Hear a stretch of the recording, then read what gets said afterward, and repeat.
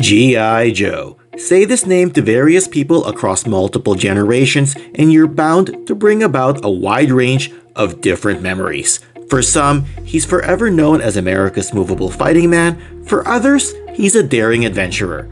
Through the decades, he's gotten tough, he's gotten savage, he's gotten extreme, and he's even found his way into the movie theater. But for many, G.I. Joe will always be known for its peak run as a real American hero. And by extension, he's also an international hero who made his way into children's sandboxes worldwide. G.I. Joe was the first toy line that brought up the term action figure, a term that has now become synonymous with toy collecting representations of your favorite heroes and villains. And while G.I. Joe's roots date back to 1964 during the military-driven era inspired by the traditional 20th century war genre, it's the 3 3/4 inch scaled figures, vehicles, and playsets that have best stood the test of time due to their broad playability options and eclectic character nature. Now, over the years here on Toy Connections, I've assembled a library of year-by-year specific videos chronicling each annual cycle that G.I. Joe was available on store shelves during the 1980s. What I've done here is I've compiled the videos into an extended supercut, serving as a fan-made documentary that can tell the complete story of G.I. Joe as a toy line during this great decade. And I'd like to take the time now to thank the various website and book resources for the fantastic information provided, as well as several video collaborators who joined me on this journey and provided their inputs into this extended episode. There will be some redundancies and overlapping information throughout this supercut since each individual video was originally intended as its own standalone topic. That said, I've done my best to curate this into a viewing experience that is as seamless and informative as possible. Now, with regards to our topic at hand, I will point out that G.I. Joe, a Real American Hero's original toy run goes well into the 1990s and still continued to see life for decades thereafter. However, the 1980s era for this line of toys can still be told in a reasonably self-contained history lesson. It's a tale that officially began in 1982 with a suitable stopping point for the purposes of this discussion in 1989, since Hasbro would go through some company-wide changes during 1989 as well as 1990. All of this would affect the direction G.I. Joe was headed thereafter and is a subject that will be discussed in greater detail towards the end of this extended video. But to set the tone for this lengthy sit-down topic, it's important to understand the entertainment world that G.I. Joe was entering into as this military toy line was being called back into active duty during the opening 1982 year. 2 years earlier in 1980, actor-turned-politician Ronald Reagan was elected as US President. Not too long after, he'd appoint new leadership to the FCC, or Federal Communications Commission, and all of this led to the deregulation of existing restrictions regarding how toys were being marketed to children. Specifically, this affected the usage of animated programming as a means of advertising the toys which depicted the characters that kids were seeing on screen. All of this paved the way for G.I. Joe and other toy lines to establish a broader range of promoting their merchandise. Now, take note that our Real American Heroes wouldn't hit the television screen until 1983, but there'd still be a world of potential for the road ahead, and thus the first wave of toys hit the stores and entered the pop culture sphere in 1982, as discussed earlier. And while some family members would find their own means of entertainment at home, what with a fast-rising music and television industry, children of the household would have their hands full with endless amounts of imaginative play. All it took were a few G.I. Joe heroes and Cobra enemy forces in action figure form, and the young child's mind could stay occupied for hours at a time. Of course, all of this would lead to an upcoming decade of dominance as G.I. Joe would become a powerhouse entertainment franchise, thus carving out its own place in pop culture history. And with all of that established, our story can now begin. So, enjoy the show.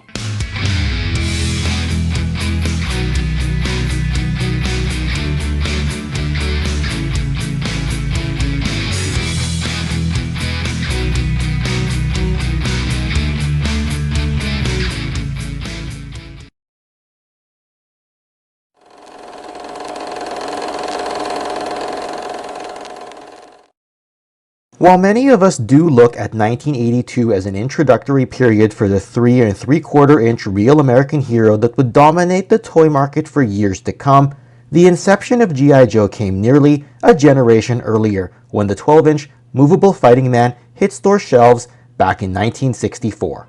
Taking the form of an action soldier, action sailor, action pilot, and action marine, G.I. Joe saw many years of success before it would be forced to pivot its focus due to the widespread negative aura surrounding the military theme that resulted from the Vietnam War. Not to mention the rising prices of oil needed to make the 12-inch plastic bodies. The G.I. Joe marketing gimmick would wind up shifting to that of a roaming adventure team and eventual other non-military themes, which worked to extend the brand's lifespan for several more years. However, the subsequent rising production costs, declining sales, and shift in product focus to other more popular brands at the time resulted in the original G.I. Joe toy line folding by 1978. Also, with Star Wars widely popularizing the 3 3/4-inch action figure and playset scale, Hasbro would revive the G.I. Joe brand by 1982 in this same scale. They'd go with an articulated body construction comparable to their original larger scaled figures and an O-ring center point to hold the figures together, much like the chipped figures made by Mego Corporation a few years prior. And thus, from the ashes of the 12-inch movable fighting man, a real American hero was born. G.I. Joe would also become the codename for an elite fighting unit, a daring, highly trained special mission force, rather than serving as a generic soldier as it did during its previous incarnation. And with the late introduction of an enemy team suggested by Marvel Comics, coupled with the brilliant artwork designed by Ron Rudat, all the elements were in place for a great narrative to reignite the success of what would become a legendary and timeless toy franchise. Since 1982 was before the days of the eventual Sunday animated cartoon series, G.I. Joe, A Real American Hero's primary media would take the form of an ongoing comic book series instead, authored by legendary writer Larry Hama, and would span for 155 issues, reaching its end by 1994 before being picked up by IDW Publishing many years later. IDW would go on to employ Hama along the way to continue this particular storyline after its 155th issue. The tale of G.I. Joe after its inaugural year will be saved for another day, but in looking at that historic 1982 initial offering, there is still quite a bit to unpack. I'll point out immediately that this first year had the figures produced in a straight arm fashion, with only an elbow bend, while the swivel articulation joint was added when these same figures were produced for a second run in 1983. I'm aware that fans generally refer to the 1982 straight arm versions as version 1, whereas the same figures with the added swivel joint are known as version 1.5. For the purpose of this video, you will see a mix of those 1982 straight arm figures and 1983 swivel arm Joes, but with them being basically the same version of the character, I figured I'd state that as a disclaimer. All in all, that won't affect the narrative that we are trying to tell here. As part of that narrative, you'll notice that the bulk of the initial wave of G.I. Joe figures from 1982 were offered up in a very traditional OD green military paint scheme, all with varying degrees of deco and detail. In the years since, the story has surfaced that all the deco was removed from one of the figures as a late-stage cost-cutting measure. This figure would be known as Snake Eyes. Nevertheless, in the years that would follow, despite being initially offered up as a singular color scheme figure to save money, Snake Eyes would become the closest thing G.I. Joe had to a heroic frontman. Being that strong silent type who could get the job done, Snake Eyes is an icon that has transcended pop culture status and has been offered in multiple versions in the subsequent decades following the initial release of A Real American Hero in 1982. Snake Eyes' love interest in the comics would be the other heroic character not produced in the standard green military color, i.e. the counterintelligence, crossbow-wielding Scarlet. A strong female character, and among designer Ron Rudat's favorites, Scarlet would play a pivotal role not only in the comics, but also in the cartoon series that would debut the following year. The other single-carded good guys this year would consist of the G.I. Joe communications officer named Breaker, the semi-colorful laser rifle trooper called Flash, the M16 wielding infantryman aptly known as Grunt, a heavy machine gunner in rock and roll, the mortar firing soldier Short Fuse, a light green bazooka carrying triggerman known as Zap, and of course the fan favorite camo decked out Army Ranger they call Stalker. The remaining heroic characters would be sold along with military-themed vehicles. Clutch would be sold with a timeless Vamp Jeep, which is an ever-present staple in G.I. Joe lore. Grand Slam would be sold alongside the HAL, or Heavy Artillery Laser. Steeler, who would feature prominently in the famous G.I. Joe cartoon two-parter called World Without End, was sold with the battery-powered Motorized Battle Tank, or MOBAT. As for the team leader, Hawk was sold alongside the Towable Mobile Missile System, or MMS. Serving as the original field commander during the epic Marvel Comics run, he was known as Colonel Hawk at the time before taking a more mentorship role when he'd be released as General Hawk in 1986. Other vehicles sold this year would include the rapid-firing motorcycle, or RAM, with its ultra-cool-looking Gatling gun mounted to one side. And of course, there was the Jet Mobile Propulsion Unit, or Jump Set, frequently used by characters such as Stalker in the comics, and the jetpack of which was also released with the mail-away figure known as Starduster years later. Also comparable, but not the same as the HAL, is the Flak, or Field Light Attack Cannon, which was also available in this year, and as such the small playsets became something of a staple for this toy line in the years that would follow. At first glance, you'll notice this initial offering of figures and vehicles in 1982 largely sticks to traditional military color schemes, with a few exceptions. The more realistic vibe of this opening year of A Real American Hero made the original 13 something of a standout for the following 12 years of A Real American Hero's run, and it would only be in subsequent years that we'd see splashes of more vibrant colors, science fiction themes, various sub-teams, and flamboyant overall designs. Now, while they officially gave us less options numerically in terms of unique figures, you could army build to your heart's desire with the forces of Cobra the Enemy. Armed with a Dragunov sniper rifle, the main Cobra the Enemy figure would eventually be known to fans as the Cobra Trooper, or just the generic Cobra Blue Shirt Soldier. He's one of my favorite army building options, probably because of the figure appearing in large numbers across the various forms of G.I. Joe media. Naturally, he's led by a Cobra officer, similarly constructed with just enough differences to make him stand out, and this time carrying an AK-47 assault rifle. Last but not least is the Cobra leader with the screeching, high-pitched voice, Cobra Commander. This is the helmeted version, only available via mail-in offer when you collected 5 flag points on the backs of your figure cards or vehicle boxes.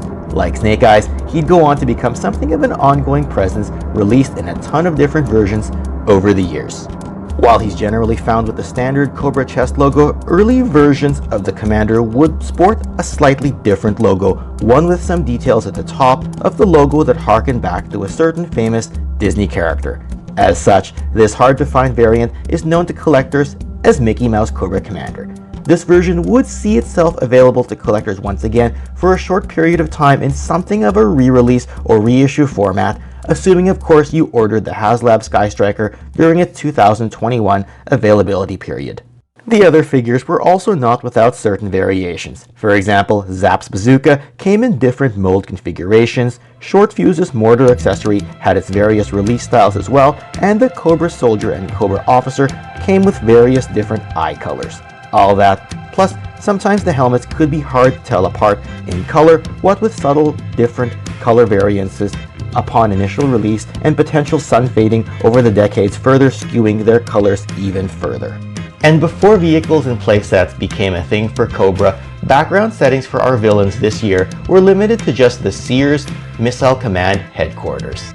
This was a set constructed entirely of cardboard for what I can only assume is due to limited budget, what with Hasbro also removing all of Snake Eyes' deco, as mentioned previously, being another example of cost-cutting measures. What's neat about the Missile Command is that it offered kids yet another way to get the single figures of Cobra Commander, Cobra Officer, and Cobra Enemy Trooper, as all three were packed in with this set. Note that mint or even good condition ones are difficult to find, what with the cardboard nature of this set and all. As such, nice examples are considered something of a holy grail for toy collectors, and as we all know, there'd be more than a few grail-type pieces in the G.I. Joe toy line in the years that would follow. Finally, the 1982 toy line would also give us the official carrying display case, which I understand was already used as a backdrop for some of the photography in this video, but let's hone in on it a little bit anyway. This case is good for fitting a dozen figures, along with some file cards that we'd cut out from the backs of the card backs.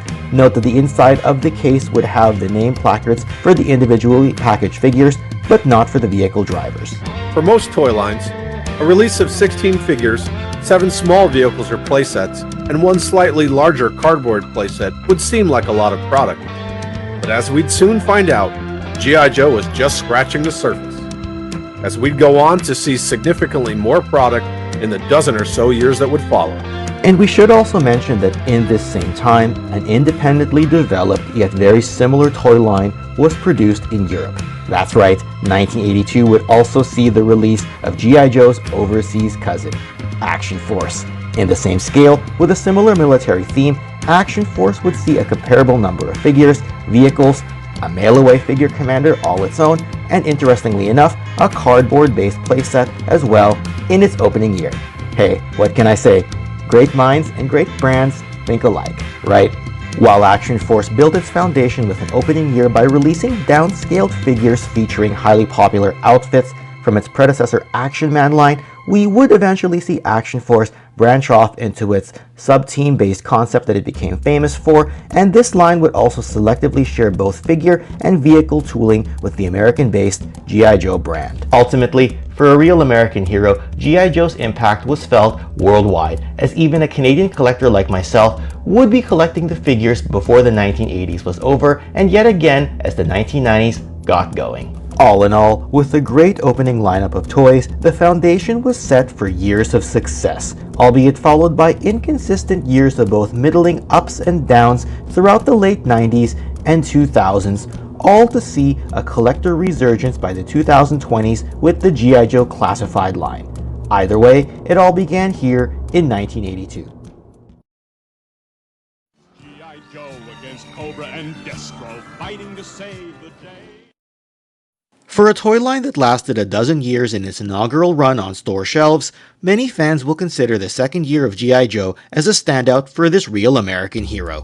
The year 1983 ushered in an expanded wave whereby we saw some updated engineering design choices of characters from the previous year, as well as an expanded lineup for both G.I. Joe and Cobra forces, more vehicles, and of course its first fully realized plastic constructed playset. Needless to say, the O-ring based 3 3/4 inch scale movement was on, and there was no stopping G.I. Joe from being at the top of the hearts and minds of young children. With that, let's have a look at the sophomore year of this amazing military-based toy franchise as we watch our favorite real American hero fight for freedom over land and air against a certain ruthless terrorist organization determined to rule the world. So strap yourselves in for this Toy Connections Toy History, because this is the story of G.I. Joe in the year of 1983.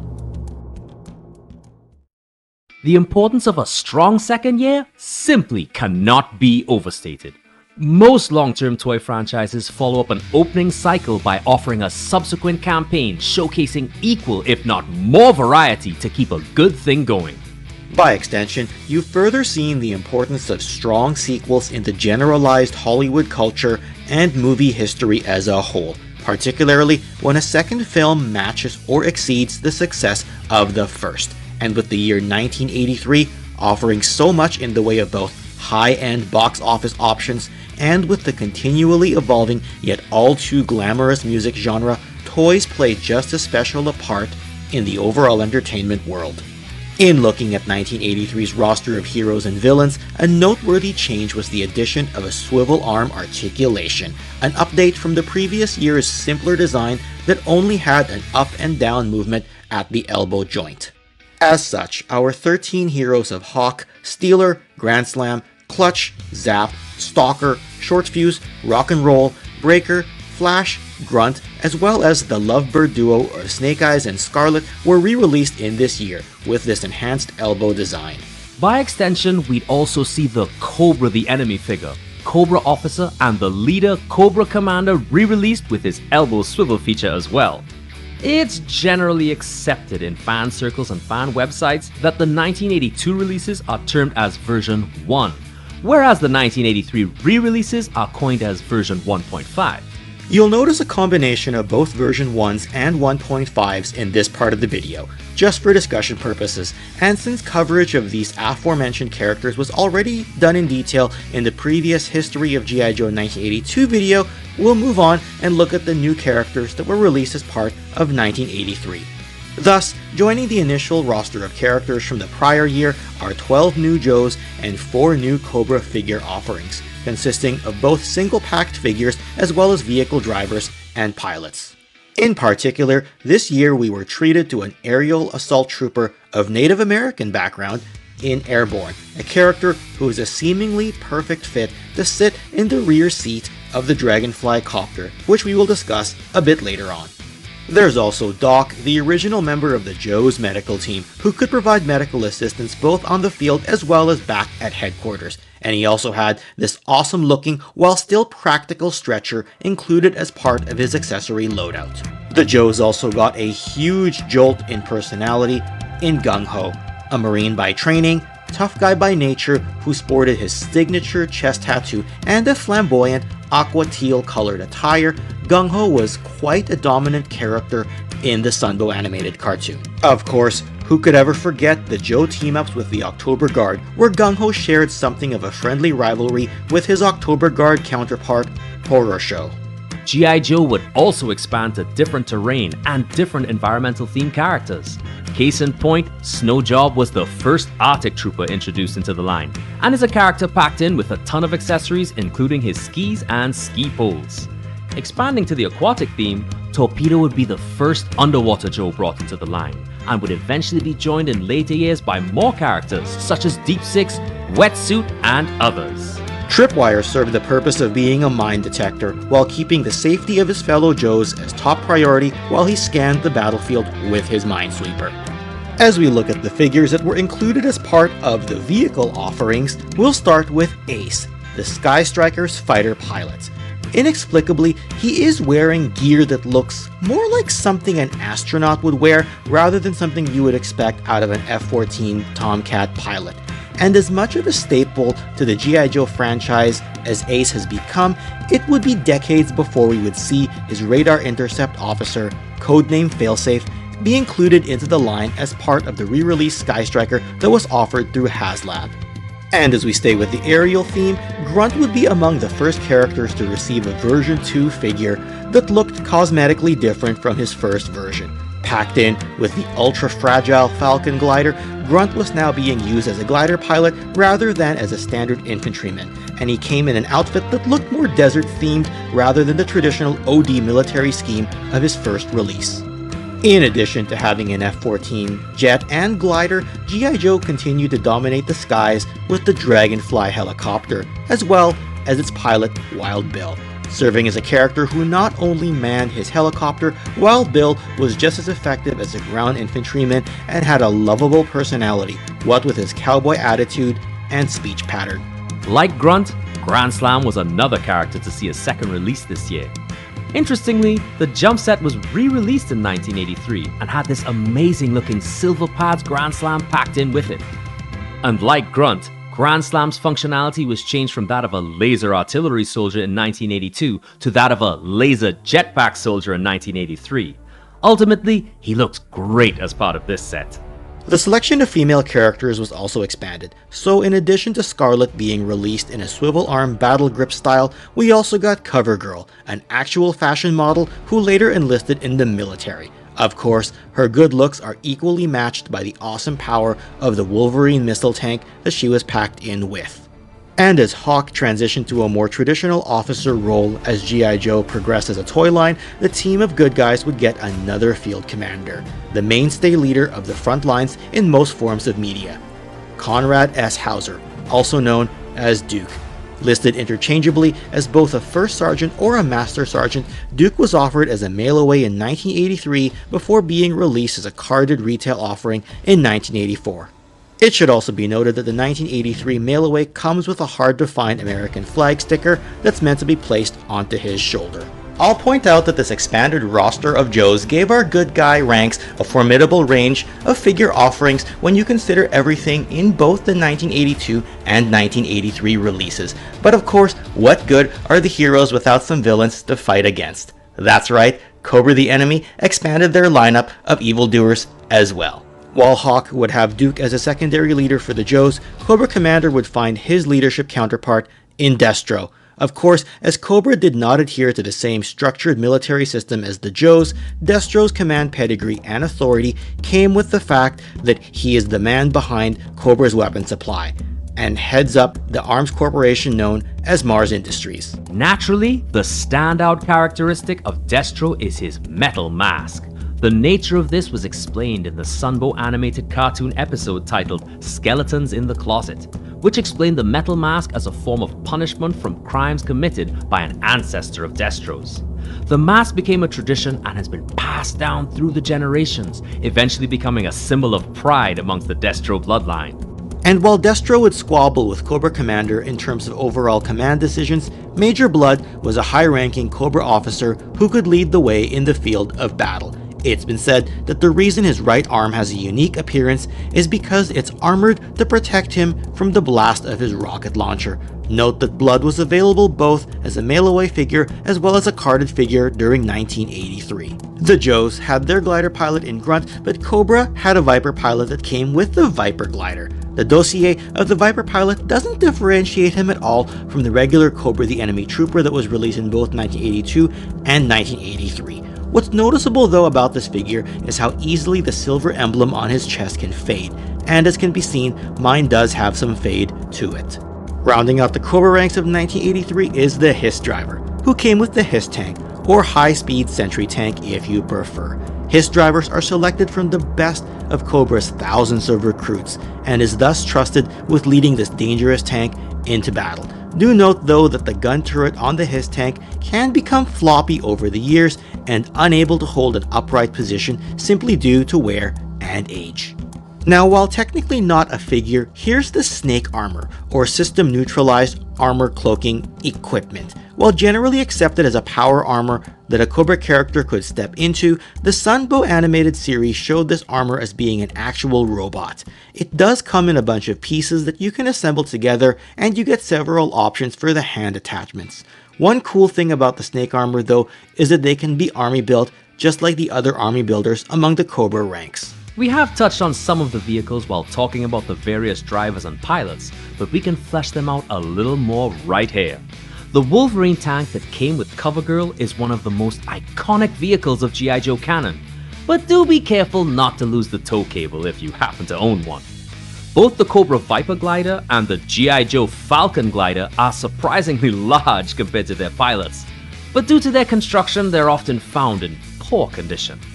The Dragonfly has some great functionality, not just in terms of being this amazing looking two-seater helicopter, but also with this cool Gatling gun and grenade launcher, and also can fit Doc's stretcher on the skids that go below the copter. We've already talked a little bit about the Hiss tank, but here you can see the various sticker options in this photograph. The Sky Striker was such an icon during the 1980s, and it comes with a ton of armaments, and that's even more apparent when you consider the HasLab version that made its way into the hands of collectors in 2023. Other vehicles of this year include the Polar Battle Bear, which is a neat small vehicle to help build up the Arctic side of your collection. And also take note that it makes for a good vehicle for Snowjob, who in theory could have been packed in with this vehicle during this initial release. The Whirlwind or Twin Battle Gun is a great small playset to own, and serves the functionality of being able to be towed on one end by one of several other G.I. Joe vehicles as something of a trailer attachment. The twin guns can aim for the skies and join the other anti-aircraft playsets that have been found in other years of G.I. Joe. Speaking of things for the twin battle gun to shoot at, perhaps it can take aim at the Cobra Fang, or fully armed Negator Gyrocopter.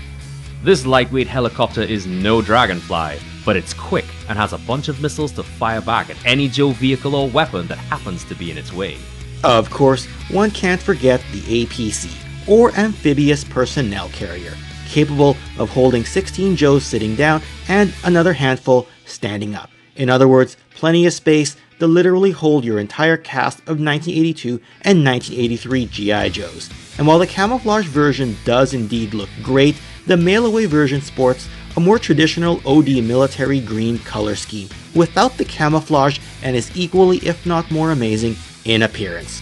A Battle Gear accessory pack was also issued this year, sporting variant color schemes of previously existing weapons and accessories. Several pack rats, or programmed assault computer and rapid all-terrain machines, were also produced in 1983. Each of these serve various functions, be it as a flamethrower, machine gun, and missile launcher. The Pocket Patrol Pack was also issued this year and was a nice item to store 3 G.I. Joe or Cobra figures to carry on your belt. And no, I didn't forget the massive 1983 G.I. Joe headquarters, the first large and iconic playset issued in this toy line. All due respect to the cardboard-based Missile Command headquarters from the prior year, of course. There was a lot that this playset had to offer, from vehicle bays to fit both the Vamp and the Mobat, to a helipad, presumably for the Dragonfly, as well as a jail cell to hold Cobra captives, and tons of armaments to protect the base from the attacks of Cobra. The front of this headquarters was also shown in many episodes of the G.I. Joe cartoon, including the opening theme song. While that covers the toys, adding to the entertainment factor of G.I. Joe was the debut of the Sunbow animated cartoon that we've mentioned sporadically throughout this video already. A 5-parter known as The Mass Device, featuring the first animated struggle between G.I. Joe and Cobra, premiered in September of 1983. People must have enjoyed it because they'd release a second 5-parter in 1984 before transitioning to full-length seasons in 1985 and 1986 before closing out this initial Sunbow cartoon run with a movie in 1987. The comic by Marvel, which debuted the previous year, would also continue throughout 1983. The issues would appear in a monthly fashion, of course with legendary author Larry Hama at the helm. I'll also take a moment and quickly point out that G.I. Joe's European-based counterpart, Action Force by Palitoy, would take a progressive leap this year as well. Introducing their 4 hero sub-teams and an enemy sub-team in the Red Shadows, Action Force had figures that utilized some tooling from the American-based G.I. Joe toy line. Over the years, you'd see something of a convergence and merging of the two toy lines as they both continued to evolve. So that covers the history of G.I. Joe in this year, and do note that the toy line would go on to release more and more toys for another decade or so thereafter. The playable 1/18th scale and world building options you see in this year as well as the prior year would be just the tip of the iceberg compared to the many years that would follow hereafter. Yo, Joe! With the sheer number of years that G.I. Joe, A Real American Hero was available in toy stores, many children of the 80s and early 90s will remember asking for these toys as gifts. As such, it was always a thrill to find them under the tree at Christmas time or unwrapping them as a welcome birthday surprise. With an already wide range of offerings spanning 1982 and 1983, it became clear that you couldn't have too much of a good thing, as proven by yet another extended lineup of figures and vehicles for the year that would follow. So let's look back at the history of G.I. Joe, A Real American Hero in its 3rd year, and re-experience the greatness of what this toy line had to offer in 1984. Let's begin. It's clear that 1984 was a glorious year in the history of toys. The often discussed Big Three Boys toy lines of the 1980s truly kicked into high gear during this time. That's because Masters of the Universe was reaching the height of its popularity, what with an incredible cast of figures, vehicles, and playsets. It was also the year that Hasbro elected to import the Japanese Takara-based Diaclone and Microchange line of toys into US markets, unifying and branding them as the Transformers. Of course, the Transformers as a pop culture phenomenon has been a source of continuous strength in both toy and media sales right up to this day. In addition, Hasbro had G.I. Joe, A Real American Hero already firmly established in what was now a growing, crowded space at retail.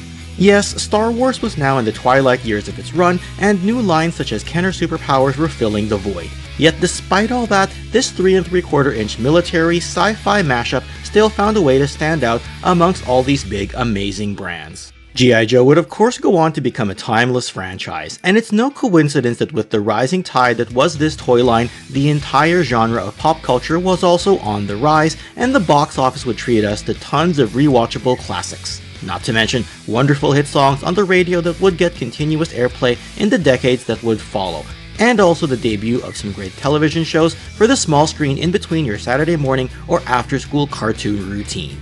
As for your playtime battlefield adventures and the action figures within your toy chest, G.I. Joe had no equal. In addition to its already great articulation, the swivel arm feature introduced the G.I. Joe figure bodies the prior year was back and would be a fixture in this line of toys for the remainder of its run. For 1984, we'd be treated to 10 heroes and a re-release of the team's field commander, now in carded form, as well as 9 villains for a total of 20 figures. We'd get these figures by way of individual cards, as drivers or pilots with their vehicles, and as mail-in offers. And of course, there was a whole range of vehicles and small playsets added this year as well.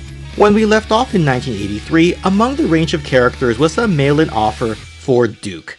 As mentioned just a moment ago, his 1984 release would be pretty much identical to his release the prior year, albeit now lacking the American flag sticker that came with the mail-away. Fluent in multiple languages, Duke commands a ton of respect among his peers, what with being among those to turn down the prestige of an officer's commission, feeling his natural place perpetually is on the battlefield among his troops. While being a hard-nosed sergeant in the comics, Duke was very much the poster boy for the Sunbow cartoon, leading many missions as the face of G.I. Joe on the front lines. Of course, G.I. Joe would have several iconic characters each year, and one could argue that Roadblock was every bit as important to the Joe's roster and almost equally as recognized as Duke. The team's heavy machine gunner, Roadblock sported quite the loadout for a figure of this scale with his signature Ma Deuce. And while he can be your typical tough guy and muscle of the team, he had a softer side too, what with being the team's expert chef who loves to cook a meal for his friends. Featured heavily in pretty much all forms of G.I. Joe media, and very much an alternate poster boy for the franchise throughout various incarnations, Roadblock was also one of the key characters in the G.I. Joe movie that would air just a few years after 1984. Expanding the range of G.I. Joe into warmer temperatures, the team's flamethrower, Blowtorch, was also introduced in this year. The loadout with his oxygen mask, his M7 pack, and flamethrower give him a fierce look for Cobra forces to get out of his way on the battlefield. In any case, Blowtorch would rather be on the offensive end rather than the receiving end of fire, which is too bad for Cobra. And in terms of other unique specialties, the high altitude, low opening, or halo jumper named Ripcord would also make his way into this wave of G.I. Joe figures. With no fear of high altitudes, Ripcord is a natural fit to augment G.I. Joe air-based vehicles overall.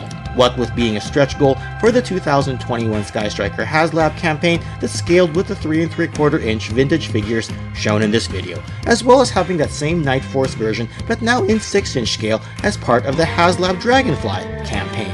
And since G.I. Joe seemingly operates in pretty much any terrain or battlefield type, why not have a jungle trooper named Recondo?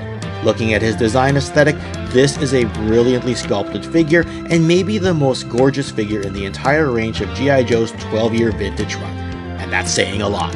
Sporting a green rifle and backpack, Recondo is right at home in the jungle, out in the wild, and cutting through bushes. He's yet another versatile character for your battlefield playtime adventures, and do note as well the variations that exist for Rekondo's camouflage pattern on his pants. So if you own one, have a look at which variant is in your collection. Another signature of G.I. Joe, a Real American Hero, is their use of animal companions within a toy line. This became evident starting right here in 1984, what with the canine dog handler Mutt and his companion Junkyard. Mutt has a natural affinity for animals, and their relationship would play out in parts of the Sunbow animated cartoon series. Mutt's loadout is quite detailed, what with having a silencer, a leash, as well as a helmet with a face mask. Don't lose some of the smaller accessories, as they will be hard to replace. Also sporting the animal theme this year was one Charlie Iron Knife, codenamed Spirit, also known as the team's Native American tracker. A shaman and medicine man, Spirit always spoke with wisdom behind his words and is popular as a standout character in the vintage line. Just like Mutt's dog Junkyard, Spirit's eagle, known as Freedom, is an important staple to the character. Be careful though with Freedom's claws, as they do detach easily and are frequently lost when buying vintage versions of him. Moving on with vehicle drivers, we have Thunder, or the self-propelled gun artilleryman, Try saying that 3 times fast. Someone who's oddly fond of loud noises as indicated by his file card, Thunder came packed in with the Slugger tank, a relatively compact vehicle with a large cannon and not too many small easily losable parts compared to other vehicles of this era. But as far as his figure goes, Thunder does have some easily losable accessories like his monocle, visor, and headset, so if you do happen to find a Thunder complete at a good price, be sure to snag it. Interestingly, he has a unique secondary ability as listed on his file card, being listed as a rock band drummer. And making his return to the lineup was Clutch. While he was already packed in with the original Vamp during 1982, this is a tan version of him along with the Vamp Mark II. A mechanic by trade who eventually served as a G.I. Joe transportation and infantry specialist, Clutch is among the earliest characters in the G.I. Joe lineup to get more than one version released in the opening years of the franchise. The Vamp Mark II uses a lot of the original styling from the first Vamp, but now adds a roof and doors as well as a missile rack. Some fans like this version better than the classic OD green release. As we transition from land to sea, a few naval-based vehicle operators made their way into this series, namely the hovercraft pilot and graduate of the Coast Guard Academy known as Cutter. Like most vehicle operators, Cutter didn't come with any accessories for this first release. The blue color on his shirt does fade easily, so be sure to snag one if you find one without sun fading for a decent price. The Killer Whale, or Warrior Hovering Assault Launching Envoy, is about as iconic as they come in terms of G.I. Joe vehicles. Some would even rank this every bit as iconic as a Sky Striker or a HISS tank, and that's certainly high praise. It does come with a ton of parts, including some easily breakable, fragile ones, especially the vanes and associated back propeller components, just to name a few. It was unique in that it also came with some smallish vehicles like a recon bike as well as a sea sled, and packed in a ton of features such as a working propeller and a ramp compartment to hide some Joes in. Oh, and it could also float in water. So anyway, the overall size of this thing occupies a ton of shelf space. As far as the 1984 lineup goes, it is the largest G.I. Joe item in this wave. And rounding out the Joes lineup is Deep Six. Now, this is a larger, bulkier figure with a severe lack of articulation when compared to the other Joes, with articulation only being present at his 2 shoulder joints. That being said, he does stand out on a display shelf at least. Another who was heavily featured in the cartoon, Deep Six is among the team's divers, much like Torpedo and Wetsuit. Deep Six was packed in with the Shark, or Submersible High-Speed Attack and Reconnaissance Craft, a smaller vehicle among the Joes' arsenal. The Shark was unique in that it could also travel as an aerial vehicle, even if it was more commonly known for being a capable and maneuverable sea vehicle. And while we have discussed the heroes that comprise this year's action figure lineup, it's worth noting that Cobra the Enemy got a significantly expanded roster this year as well. Continuing with the theme of figures packed in with vehicles, we got the introduction of a very unique character who would play a vital role for the G.I. Joe franchise in the years to come. And I've brought in our resident Dreadnok expert to talk more about it. 1984 brought many iconic figures to the G.I. Joe brand. The most iconic, in my opinion, is Zartan, the Master of the Skies. Designed by legendary creator Ron Rudat and brought to life through the file card by Larry Hama, Zartan was unlike any other action figure because of his color-changing feature, but also because of how he was depicted in the file card. Thanks to Carson from 3D Joe's in an interview with Kirk Blazigian, Kirk described how Plastic Vendor had showed the Hasbro team color-changing plastic, and it was decided that they had to figure out a way of using this color-changing plastic in a toy. Thus, Zartan was born. With this feature, Zartan could change color from a flesh tone to a bluish-green in direct sunlight. This feature was also added to the Chameleon Swamp Skier. Zartan and the Chameleon Swamp Skier were packaged together and given a $5 price point. Perfect for kids. I remember bargaining with my mom at the time on what chores I would complete so that she would buy me this toy, which I had to have, and thus Zartan became my favorite character and figure. Zartan came with a number of accessories, including a chest plate and easily lost knee pads, which did also include decals that could change color. His backpack held the mask, which would allow him to change or disguise himself, as well as a laser pistol. The Swamp Skier included a storage box, amazing articulation with the skis, The chameleon could also be taken apart and made to look like scrap, and with the mask completed the Master of Disguise, which would allow Zartan to slip away from the Joe team unnoticed. With Larry Hama adding the depth to Zartan's character in the file card, you would not only understand that he was a master of makeup and disguise, but he could also blend into any background. He was a trained ventriloquist, acrobat, and contortionist. He could also speak 20 languages and dialects. He was a master of the martial arts, and it was also rumored that he was trained at a prestigious military academy. The initial run of the file card also provided a psychological profile, which described Zartan as having extreme paranoid schizophrenia. There was backlash against Hasbro and Zartan because of the inclusion of the paranoid schizophrenia, and Hasbro agreed to remove the psychological profile moving forward on the file cards at the request of the Mental Health Association of Indiana. Zartan, like Destro, did not work directly for Cobra. Instead, he was the mercenary for hire. And in 1985 and 86, Zartan filled out his Dreadnoks. They included such members as Buzzer, Ripper, Torch, his brother and sister Zarana, and Xandar, which also included his color changing feature. There was Thrasher and Monkey Wrench, and of course the Thunder Machine. Hasbro continued to add more and more Dreadnoks through the years as time went on. Zartan is also the only vehicle driver that was included in the cross-sell artwork on the G.I. Joe action figures. Zartan was depicted in a painting with a floating mask. Even though Zartan was never sold in a single carded figure in the US or Europe, and the only place you could find a single carded Zartan was in Japan.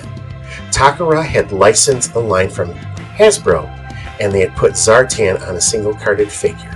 To this day, Zartan is and probably will always be my favorite G.I. Joe character, and inclusion of the Dreadnoks just makes me love this team even more. They're a ragtag band of mercenaries, a hodgepodge group of just messed up people, but I think for a lot of us, it's home. And that's why I think Zartan is the most iconic figure in the 1984 line. Thanks again, everybody. Dreadnok Ryan signing off, and Ken, thanks a lot for letting me talk about my favorite figure. Continuing with the swamp theme is Copperhead, a swamp vehicle operator with his file card listing him as a gambler by nature. Copperhead did come in paint schemes of slight variation, depending on whether you got an earlier or later release, of course. In particular, the version of him with the darker gloves is the harder one to find and naturally carries more value on the open market. Copperhead comes packed in with the Cobra Water Moccasin, a small cruiser boat for your Cobras to hang out, assuming of course it doesn't get crushed by the much larger G.I. Joe killer whale. Transitioning back to land, the Vamp Mark II would meet its match with the Cobra Stinger, a four-wheel drive night attack vehicle. While it looks like a black redeco of the Vamp Mark II, do take note of the missile rack being in a different mold, so it's clear that some retooling was done here. The Cobra Stinger would come with a recolored version of the Cobra Officer, namely the Stinger Driver, who would sport a predominantly gray color scheme. And taking to the skies, the Sky Striker would meet its match this year, what with the release of the Cobra Rattler ground attack jet in this 1984 year. Packed in with a ton of missiles and the sleek dark blue Cobra scheme, you wouldn't want to be on the ground when this thing starts dropping bombs. It's one of the most detailed vehicles in the vintage range. Wild Weasel was the pilot packed in with the Rattler and has become every bit as iconic, if not more so, than G.I. Joe's resident air pilot, Ace. Interestingly, Wild Weasel would also be packed in with later releases of the Palitoy Action Force Roboskull, subbing in for the earlier release that had the Red Wolf pilot. Cobra would also get its first female figure this year with the intelligence officer known as the Baroness. Speaking with a noticeable European accent in the cartoon, the Baroness is a very high-ranking member of Cobra and can often be found side by side with the arms dealer detailed in the previous year of G.I. Joe, known as Destro. No matter the form of G.I. Joe media, Baroness features heavily as a character. Her intelligence specialty played out heavily in the two-part series in the cartoon known as Worlds Without End, where an alternate universe version of her was shown to be a double agent, working publicly for Cobra but maintaining undercover status and helping out the Joes. Moving on to Scrap Iron, who sure gave you some bang for your buck if you managed to find him in stores, since he came with a lot in the way of accessories, particularly large ones. An anti-armor tank destroyer by trade, Scrap Iron is a weapons product designer whose signature weapon is the multi-piece missile system that he comes with. This was worked into more of a miniature tank look for his much later G.I. Joe classified 6-inch appearance, though his original vintage missile weapon system is a stationary system. Don't lose his small pistol or the rubber remote activator accessory, as it takes a lot of pieces to keep this bad guy complete. And with already so many signature villains released in this year, we still have Firefly. Listed as a saboteur by his trade, Firefly was actually quite versatile all around and could make for a deadly assassin. A demolitions and munitions expert as well, Firefly also had some ninja training as part of his background. Decked out in his urban camo, Firefly is a mercenary's mercenary, and is most definitely a fan favorite amongst G.I. Joe collectors. His walkie-talkie accessory is among the hardest to find in the G.I. Joe range, and carries a hefty value to help complete the figure, so try not to lose it if you have one. And as deadly as Firefly is, one might argue that he's not even the most skilled assassin Cobra had released this year. That's because many people would give that honor to Storm Shadow. Trained as a member of the Arashikage, much like Snake Eyes as a ninja, Storm Shadow is probably the only equal to Snake Eyes in terms of hand-to-hand combat, and that also includes matching him in terms of martial arts, bladed weaponry skills.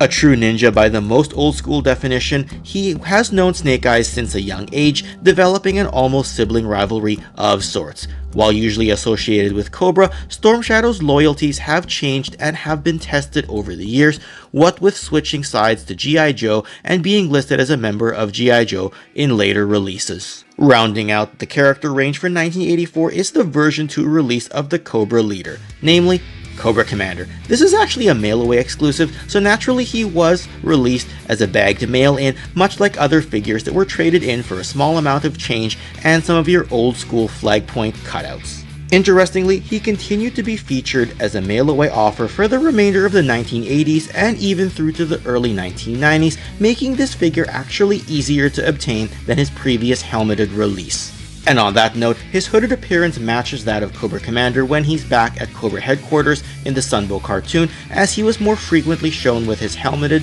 and face shield appearance if he was out in the field of battle.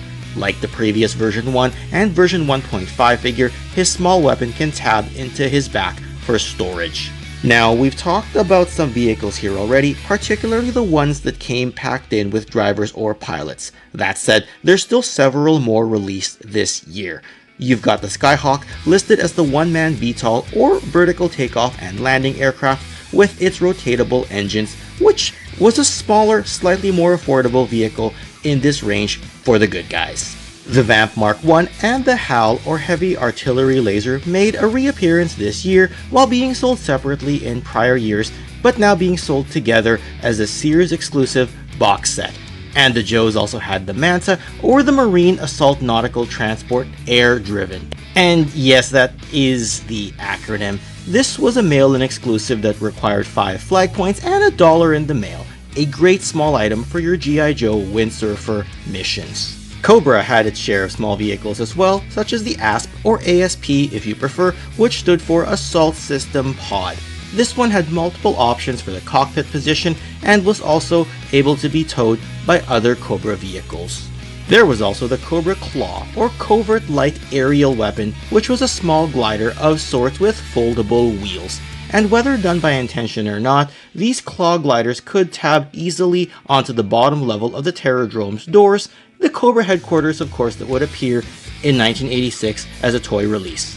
Another feature that would be a staple of G.I. Joe in this vintage era were the battle stations, which were essentially small playsets serving a specific purpose. You had the Bivouac, one of the more aesthetically pleasing small sets that G.I. Joe had to offer, though it's also one with a lot of accessories that kids could easily lose. This of course makes complete ones all the more desirable. You also had the Mountain Howitzer, which was a mobile all-terrain item with a ton of firepower. It also had some small parts, albeit not quite as many as the Bivouac. And of course, you had the Watchtower, good for both watch duty or for serving as a sniper position. packed in with the ever-so-patriotic American flag, and come to think of it, the watchtower would look great next to the 1983 headquarters. And similar to these small battle stations were what G.I. Joe termed as battlefield accessories, basically small defense units. You had the machine gun defense unit, something that would naturally look good with a gunner type of character. There was also the ever-so-cool missile defense unit with its missile launcher and its crate full of spare missiles, and the mortar defense unit, which came with its 10 sandbags, the mortar itself, as well as the drum and gas cans. All in all, there was a certain collectible charm that these small sets had.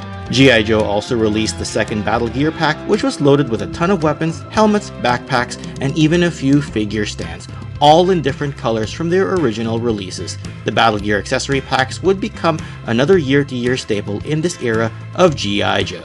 1984 would also see a small assortment of paint-a-figurine vinyl items, which were blank-colored items you could just paint up on your own with the character options of either Duke or Zartan.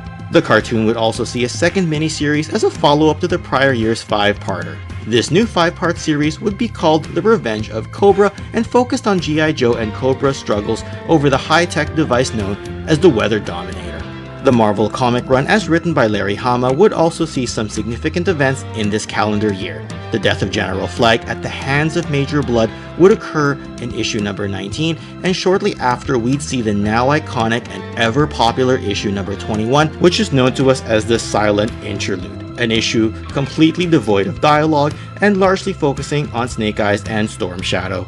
Overseas, G.I. Joe's 3 3/4 equivalent Action Force made by Palitoy would release another series of sub-team based heroes and villains. As such, we'd see more characters bolstering the ranks of the Z-Force, Space Force, Q-Force, and SAS. The Red Shadows would also get a few upgrades, including the aforementioned signature vehicle known as the Robo-Skull.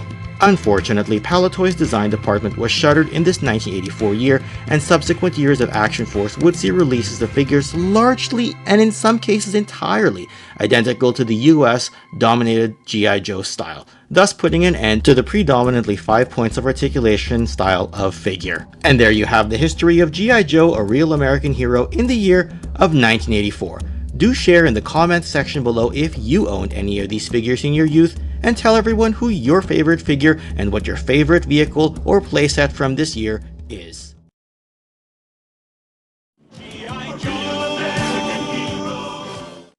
The mid-1980s was a time when an endless amount of toy properties existed in toy stores, and while children of that era had a huge abundance of options to choose from, there's no denying that G.I. Joe, a real American hero, was at the very forefront of the action figure market. The particular year of 1985 would see yet another significant roster expansion for both G.I. Joe and Cobra the Enemy, as well as new army builders to fill out the ranks for your Battlefield Playtime adventures, also a new range of vehicle options, and of course the largest playset ever to set sail.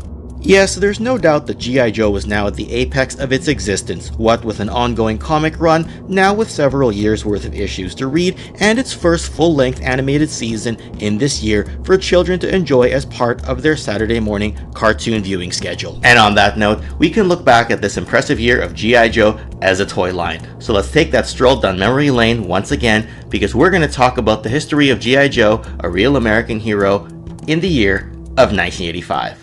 Let's begin. Where does one even begin when it comes to G.I. Joe in 1985? The franchise was already hugely successful by this time, and yet they still found a way to add more characters, vehicles, and playsets that would be considered as vital for both G.I. Joe and Cobra in the decades that would follow. Indeed, G.I. Joe stood out among the peak runs of similar boys-targeted action figure lines at the time, and still stood tall when other new toys would rise up to compete for their own market share in the action figure industry.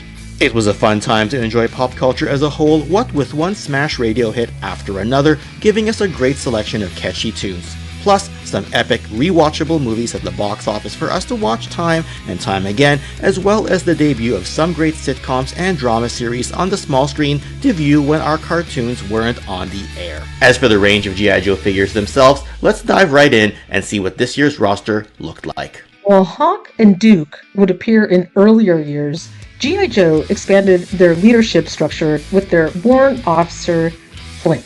Someone who's not only important as a toy, but also in both the Sunbow animated run as well as the various comic series available. Flint is usually portrayed as a responsible, more serious type among the Joe ranks. Multi-specialized as not only a field leader, Flint is also trained as a pilot as well as being a Rhodes Scholar. It's worth noting that Flint and Lady J's daughter, Marissa Fairborn, would play an important part in Hasbro's other big toy line at the time, the Transformers. On that note, the entire Fairborn family remains as favorites among action figure lore enthusiasts right up to this day. And speaking of Lady J, she made her action figure debut in this 1985 year as well. Ultimately, her figure's likeness probably isn't as accurate to her animated appearances compared to other characters, but she's still considered a must-have to any G.I. Joe collection, given how important the character is across the various forms of media entertainment. The figure comes with her signature javelin amongst the rest of her gear loadout, and the Sunbow animated series featured her heavily. She was even shown to be a relative of the Cobra arms dealer Destro during the Season 1 episode known as Skeletons in the Closet. Different environmental and specialty themed figures were all over this wave of figures. There's Airtight, who's known for venturing into hostile environments, and in particular that of chemical, biological, and radioactive places if we're being specific. There's also Alpine, the mountain trooper with one of the most detailed gear loadouts in the entire G.I. Joe range. He's definitely someone you'd want to take with you on high altitude missions. You also had Barbecue with a pretty hefty gear loadout for his firefighting missions. His file card lists him as being one of a long line of people in his family with a firefighting background. G.I. Joe would also get their primary desert trooper in Dusty. Right at home in the desert, Dusty is also a repairman and maintenance person as a secondary specialty. Dusty is featured quite heavily in the two-parter Sunbow animated cartoon episodes known as The Traitor, where he infiltrates Cobra under the orders of a secret plan orchestrated by him and Duke. Of note, Dusty's file card name lists him as Ron Tador, the last name of which is the reverse spelling of designer Ron Rudat's name. Take note that Dusty does take on the Rudat last name with the proper spelling in the Sunbow animated series, and don't lose his hard-to-find bipod if you happen to get one in your collection. And we go from desert over to Arctic, joining 1983's Snow Job as yet another Snow Joe, Frostbite. With his large rifle in tow, Frostbite is right at home in cold temperatures as indicated by his file card. But Frostbite's most distinguishing feature is that he comes packed in with the ever so iconic Snowcat vehicle, and also one of my personal favorites as well. Packed in with a ton of missiles and armaments, the Snowcat is often people's first choice for Arctic-based G.I. Joe vehicles, and comes with a really cool cat logo to boot. You had Crankcase, the motor vehicle driver for the Ostriker, or all-weather and environmental vehicle that could be used for scouting missions, and an OD military green color scheme similar to the G.I. Joe vehicles in earlier years. You also had Toll Booth, the combat engineer with his signature sledgehammer. A minor character otherwise, he came with the Bridge Layer, or Toss and Cross, which was literally used as a temporary bridge for other G.I. Joe vehicles to drive across. Do take note that Toll Booth's real name is Chuck Gorin, similar to that of Charles Gorin, a world champion level bridge card game player in the 20th century. As we look to slightly larger vehicles, Heavy Metal was the driver who came with the ever so cool looking Mauler manned battle tank. Heavy Metal is quite desirable when complete, mainly because of his easily lost microphone and because his gun strap is often broken off. The Mauler tank he came with was motorized and is powered by several C-style batteries and does sport some easily lost pieces, all of which of course drives up the value considerably when it's complete. The Mauler is a great follow-up to the Mobat tank from 1982. We've also got Footloose, who is an infantryman with an amazing camo deco, though do be careful of the easily breakable straps on his M16 and M73A1 Laws weapons.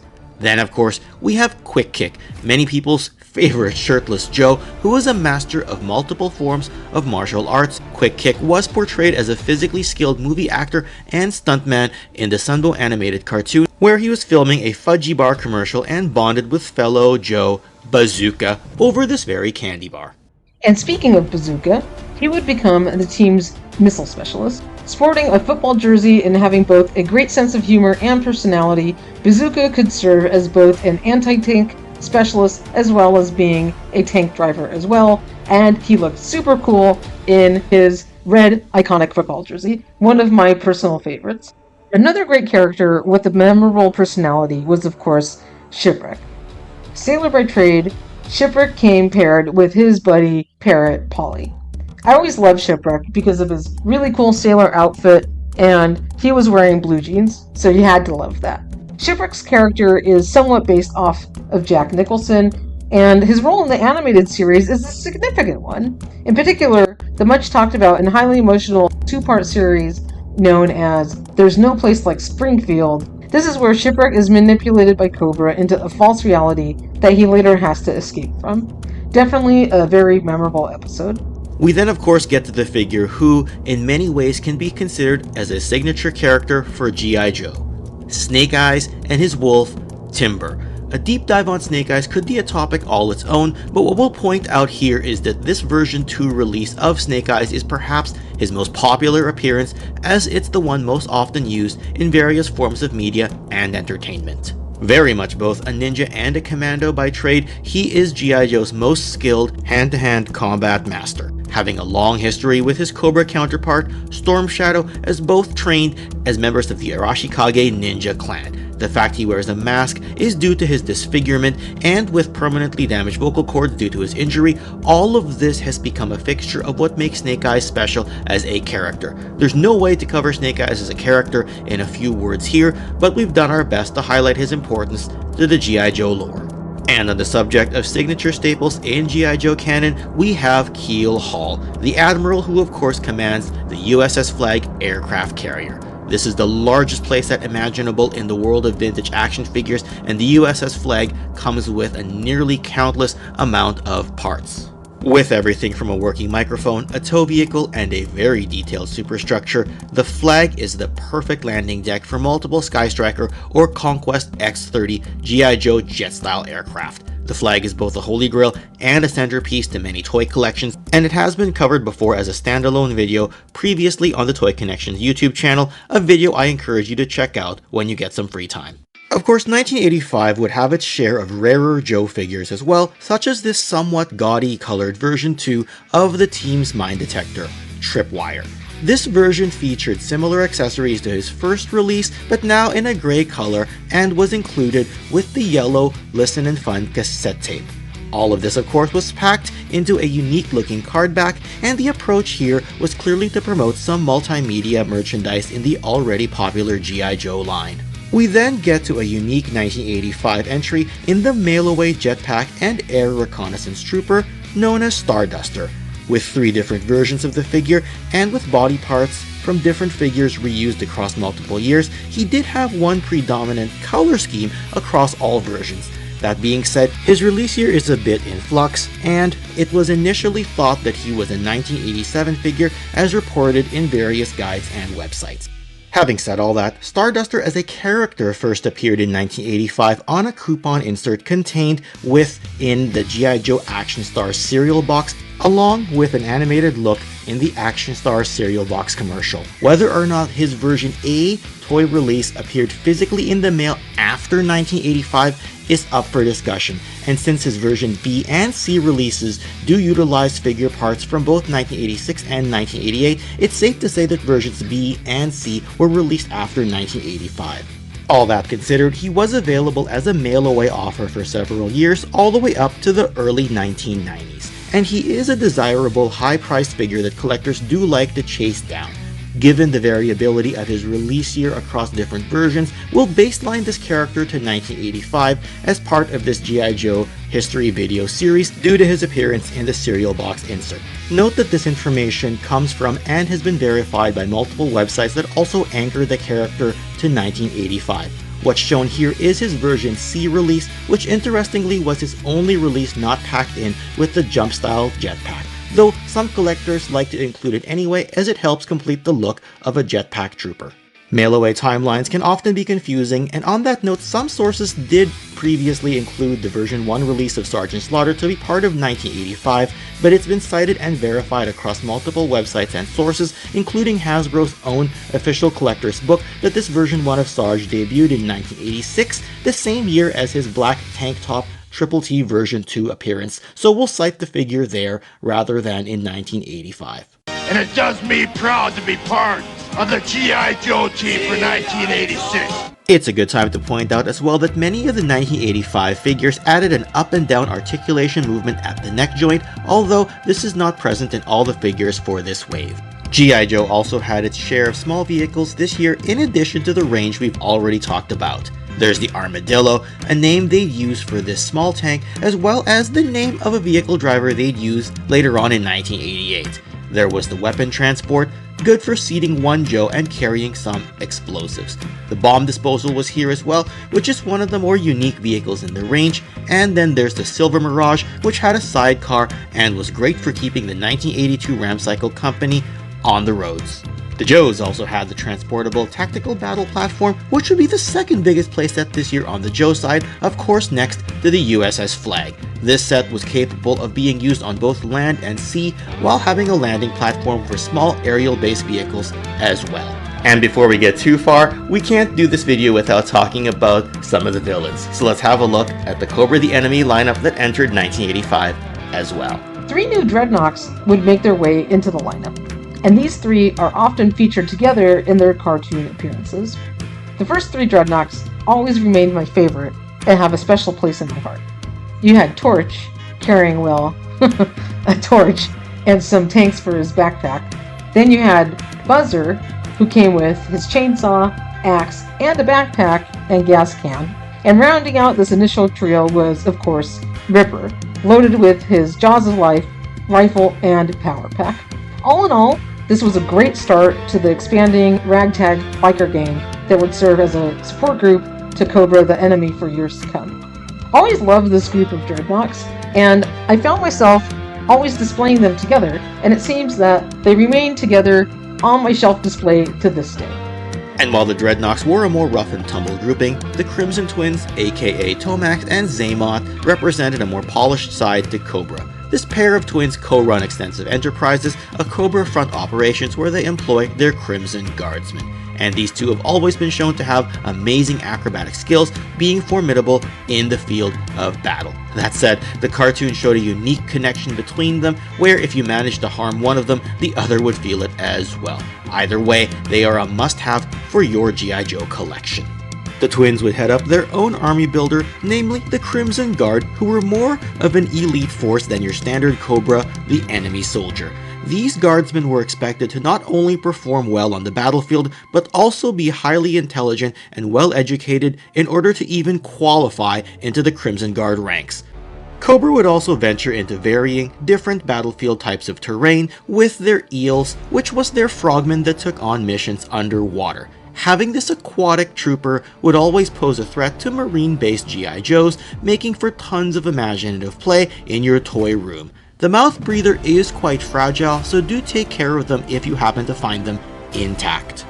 As for the cold-based Snow Serpent, this allowed for Cobra for more of a presence in Arctic missions, and they are also decked out quite heavily for such missions, what with a parachute pack tied to their waist, a survival pack, snowshoes, and an anti-tank missile on a bipod stand. Of course, back at Cobra HQ, the Televipers added to the Cobra ranks as well, what with being the radio communications operatives.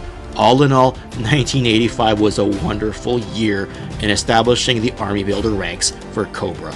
Cobra forces rounded out this year with the Lampreys, who could also be considered an army builder if you decided to fleet build the ever so cool Hydrofoil, or as commonly known, the Moray, if you prefer. The Moray is the largest of the Cobra vehicles of 1985, and is another that came jam-packed with a ton of accessories and armaments, and what kid wouldn't love piloting around the Moray in that swimming pool they always wish they had. You could also continue your Cobra water missions with the Night Landing, which was great for stealth missions under the cover of darkness, and how fun would it have been to be piloting Firefly around in that Night Landing in the pool you always wish you had. And if you so choose, you can take to the skies with the Trouble Bubble, which was Cobra's flight pod, a neat little vehicle with a dome-shaped canopy. Over the years, it's become one of Cobra's more signature vehicles for sure. Other small vehicles this year included the introduction of the Cobra Ferret, an ATV that, much like the flight pod, would be amongst Cobra's most iconic vehicles, and it's among the vehicles that many collectors like to own multiples of. Don't lose that small rubber hose that plugs into its side-mounted cannon, and do take note that there was a later variant release of the Ferret in a brighter blue color. The Snake Armor from 1983 would see a second release as well, but now in a dark blue color. This version is much more difficult to find than its predecessor, and thus commands a higher price on the open market. Some Sears exclusive vehicles were also included in this year. Namely, you had the Cobra SMS or Sentry missile system. This came with a recolor of the 1983 HISS tank, now in red, and now of course bears some semblance to the European Palatoy version of this tank. This set included a towable trailer, which was a recolor of the 1982 MMS, thus giving Cobra a missile system to go with their bright new red tank. The Crimson Attack Tank was another Sears exclusive for this year, and is a recolor of the 1982 Mobat. Of course, this one looks great when operated by some Crimson Guards, and was battery operated much like the previous OD Green version. Both Sears exclusive vehicles shown here are considered rare and thus are quite desirable for G.I. Joe collectors. And like other years of this franchise, both sides would have their share of small playsets or battle stations as they were called. Cobra had their bunker battle station, for example, and G.I. Joe had two sets, namely the Air Defense, which was a simple set used for anti-aircraft, missile-to-air attacks, and of course, Checkpoint Alpha, with its cool observation deck and guard gate among other features, and this was a smallish playset that could be occupied by several Joes. In addition to the small battle stations, the battlefield accessory sets were back as expected, and the Joes had their ammo dump set, which had a crate to store missiles in. There was also the forward observer unit with its mortar, tent, scope, radio set, and ammunition box. And on the Cobra side, you had the rifle range with its small bunker, targets, as well as weapons and a weapon rack. We'd also be treated to a third release of yet another Battle Gear accessory pack containing recolored weapons, backpacks, and helmets from prior years. And this year's mail away was a green parachute pack, perfect for halo jumping, and had the green backpack itself, a mask and helmet, a soft plastic strap, and of course, the parachute. While that covers G.I. Joe and Cobra's lineups on this side of the pond, the franchise's European equivalent, Action Force, adopted the tooling and characters to a fuller degree this year. These UK releases veered away from the 4 sub-teams and Red Shadows based figures from the prior years, as G.I. Joe and Action Force would begin converging more and more as we moved away from the Palatoy era overseas. And on the small screen, while shorter miniseries aired in 1983 and 1984, a lot of our G.I. Joe memories stem from the first full-length season in this 1985 calendar year. 55 episodes made for tons of after-school and Saturday morning cartoon viewing, and we have talked briefly about a few of those episodes here in this video. If anything, it was amazing to see so many of our heroes go from plastic to animation when turning on the television to explore some further adventures of G.I. Joe. The comics by Larry Hama would give us some great memories as well, including some conflicts occurring on Cobra Island, and what I'm saying is, all of the things we've discussed here makes 1985 yet another standout, and perhaps just arguably the best year G.I. Joe had to offer, both in toy form as well as media form. Overall, there was a lot to like and very little to dislike about G.I. Joe in this monumental 1985 year. And let us know in the comments section what your favorite G.I. Joe memories are from the toys, cartoon, or comics from this year.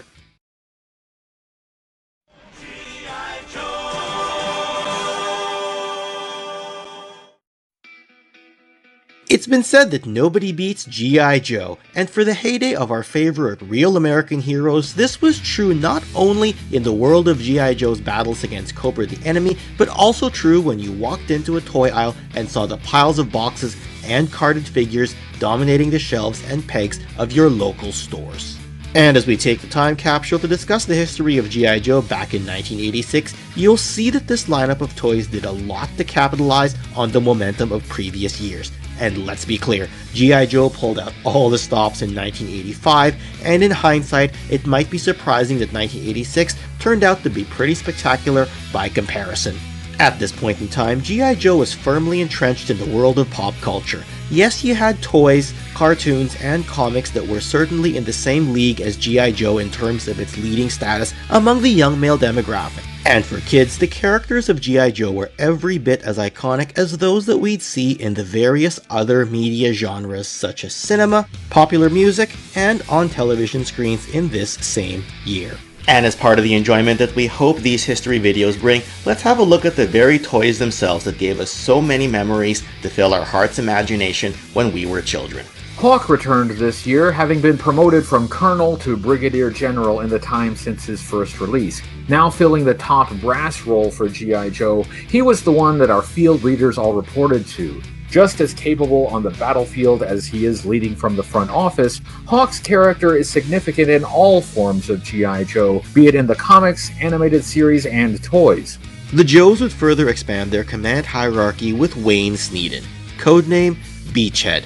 A trainer and instructor type, Beachhead is a soldier's soldier, and what he lacks in hygiene, he makes up for in work ethic. What do you mean? I don't use deodorant. That's what I want to talk to you about. Of note, he is among the lineage of military or enforcement types in his family, as there was yet another Wayne Sneeden who would appear later on as a member of the Cops franchise. This year's lineup would also feature more characters with much needed specialties to broaden the Joes' range for various missions. You had Lowlight, an infantryman who was also a skilled marksman, and who happened to be right at home in the cover of darkness. He does have an easily losable bipod, so do keep this in mind.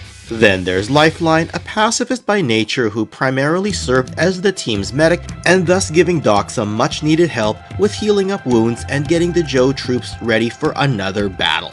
There's also Mainframe, a technology and computer specialist who could also get the job done on the battlefield, assuming of course that Zartan didn't keep him distracted like she did in the Season 2 episode titled Computer Complications. Continuing with the technology theme was Dial Tone. A radio communications expert, Dial Tone knows more than anyone the importance of a radio operative in the field. It'll be his comms duty that makes sure that the Joes in combat get the support they need when they need it. Sci-Fi joined this roster as well, being a laser trooper and rifleman. A man of precision and accuracy, Sci-Fi's bright colors actually make him look a bit like a 1990s G.I. Joe figure, which makes him a unique standout of sorts here in 1986. Continuing on the Marine theme, similar to 1983's Gung-Ho figure, we have Leatherneck. A gunnery sergeant by rank, this uncouth and somewhat unlikable Joe was as tough as they came and certainly hard-nosed. He's definitely someone you would want to watch your back in the field of battle. Leatherneck played a big part in the second season of the cartoon, and in a key episode titled The Rotten Egg, he inadvertently finds himself at a graduation ceremony of a Cobra military training academy where he settles an old score with a former rival. We have Roadblock, who would get his second figure in this 1986 release year. Keeping his role as a heavy machine gunner who also enjoyed cooking a meal or two for his fellow Joes, Roadblock's importance to the franchise is one that we can't state enough, as indicated by the History of G.I. Joe 1984 release that I produced earlier on in the life of the channel. His status as a G.I. Joe icon is arguably only rivaled by that of Duke or Snake Eyes. And what would a year of G.I. Joe be without heading back to colder temperatures? Iceberg is this year's snow infantry trooper. This Joe had a knack for cold weather survival, joining the likes of Snow Job and Frostbite in the years prior to this. Looking at the aquatic edition for this year, the Navy SEAL Wetsuit entered the Joe lineup. Someone with a bit of an attitude, Wetsuit would sometimes spout off in arguments with Leatherneck, adding to the memorable dynamic between G.I. Joe characters. In any case, if you're going for an underwater mission, this was indeed an important Joe to take along with you. The Joes would then take to the skies in multiple ways, in particular the Tomahawk, which was a transport helicopter that could hold a ton of Joes. This vehicle had a lot of features, such as a winch below the helicopter body, several bombs, as well as a front cannon and machine guns mounted next to the troopers' seats. The rotor blades on this one have been removed for ease of storage back into the box. Lift Ticket is the pilot that came packed in with the Tomahawk. Don't lose the microphone that attaches to his helmet, as it will be a hard one to track down again if you happen to misplace it. And for actual attack formations in the air, you had the Conquest X-30, picking up right where the Sky Striker left off in 1983, but with a more flamboyant design. The Conquest is known for its unique stickers, which gave it its own flavor and personality. And the forward swept wings are a huge part of what made it stand out. For some fans, this is their G.I. Joe combat jet of choice. The Conquest fighter pilot went by the name of Slipstream, who actually developed a bit of a rivalry, but also a bit of a bond with the female Stratoviper in the late Season 2 episode known as In the Presence of Mine Enemies. We would see some key land-based vehicle drivers this year as well, in particular Cross Country, a skilled heavy equipment operator who came with the Havoc, or Heavy Articulated Vehicle Ordnance Carrier, which was actually a vehicle within a vehicle when you consider the reconnaissance craft that it came with. And as amazing as all these vehicle drivers and pilots are, there's one that I'm looking forward to featuring the most in this video. Who else but Sergeant Slaughter? But to do it some additional justice, I've brought in a member of the Slaughter family, namely my good friend Kelly Slaughter daughter Remus, to do the honors in introducing her dad to this history video series of mine. The Sarge moved over from the wrestling ring and into the world of G.I. Joe this year. In fact, since the Sarge could kick ass so fast, 2 versions of him were made. With some proof of purchase certificates and a small amount of change, you could get the first version of Sarge as this year's mail-away figure. Sporting his USA tank top, the Sarge was so tough, he didn't even need a frickin' firearm. All he needed was a baton to whip his fellow Joes into shape, or to send Cobra packing in a ditty bag. An itty-bitty ditty bag. Or in a ditty bag. An itty-bitty ditty bag. And because he's the best of the best, he was both a mail-away figure and a vehicle driver this year. So this black tank top version of him came packed in with his tag team Terminator, also known as the Triple T. This vehicle was one of the things that helped my dad become the icon he is in the world of G.I. Joe, even if he was already the best wrestler I've ever known. These would be the first 2 and probably the most memorable Sergeant Slaughter figures in the vintage G.I. Joe line. But the best thing is not only was he the first living G.I. Joe, my dad would remain a real-life G.I. Joe ambassador for pretty much his whole life. He's always taking the time to meet his fans, even giving out a Cobra clutch or 2.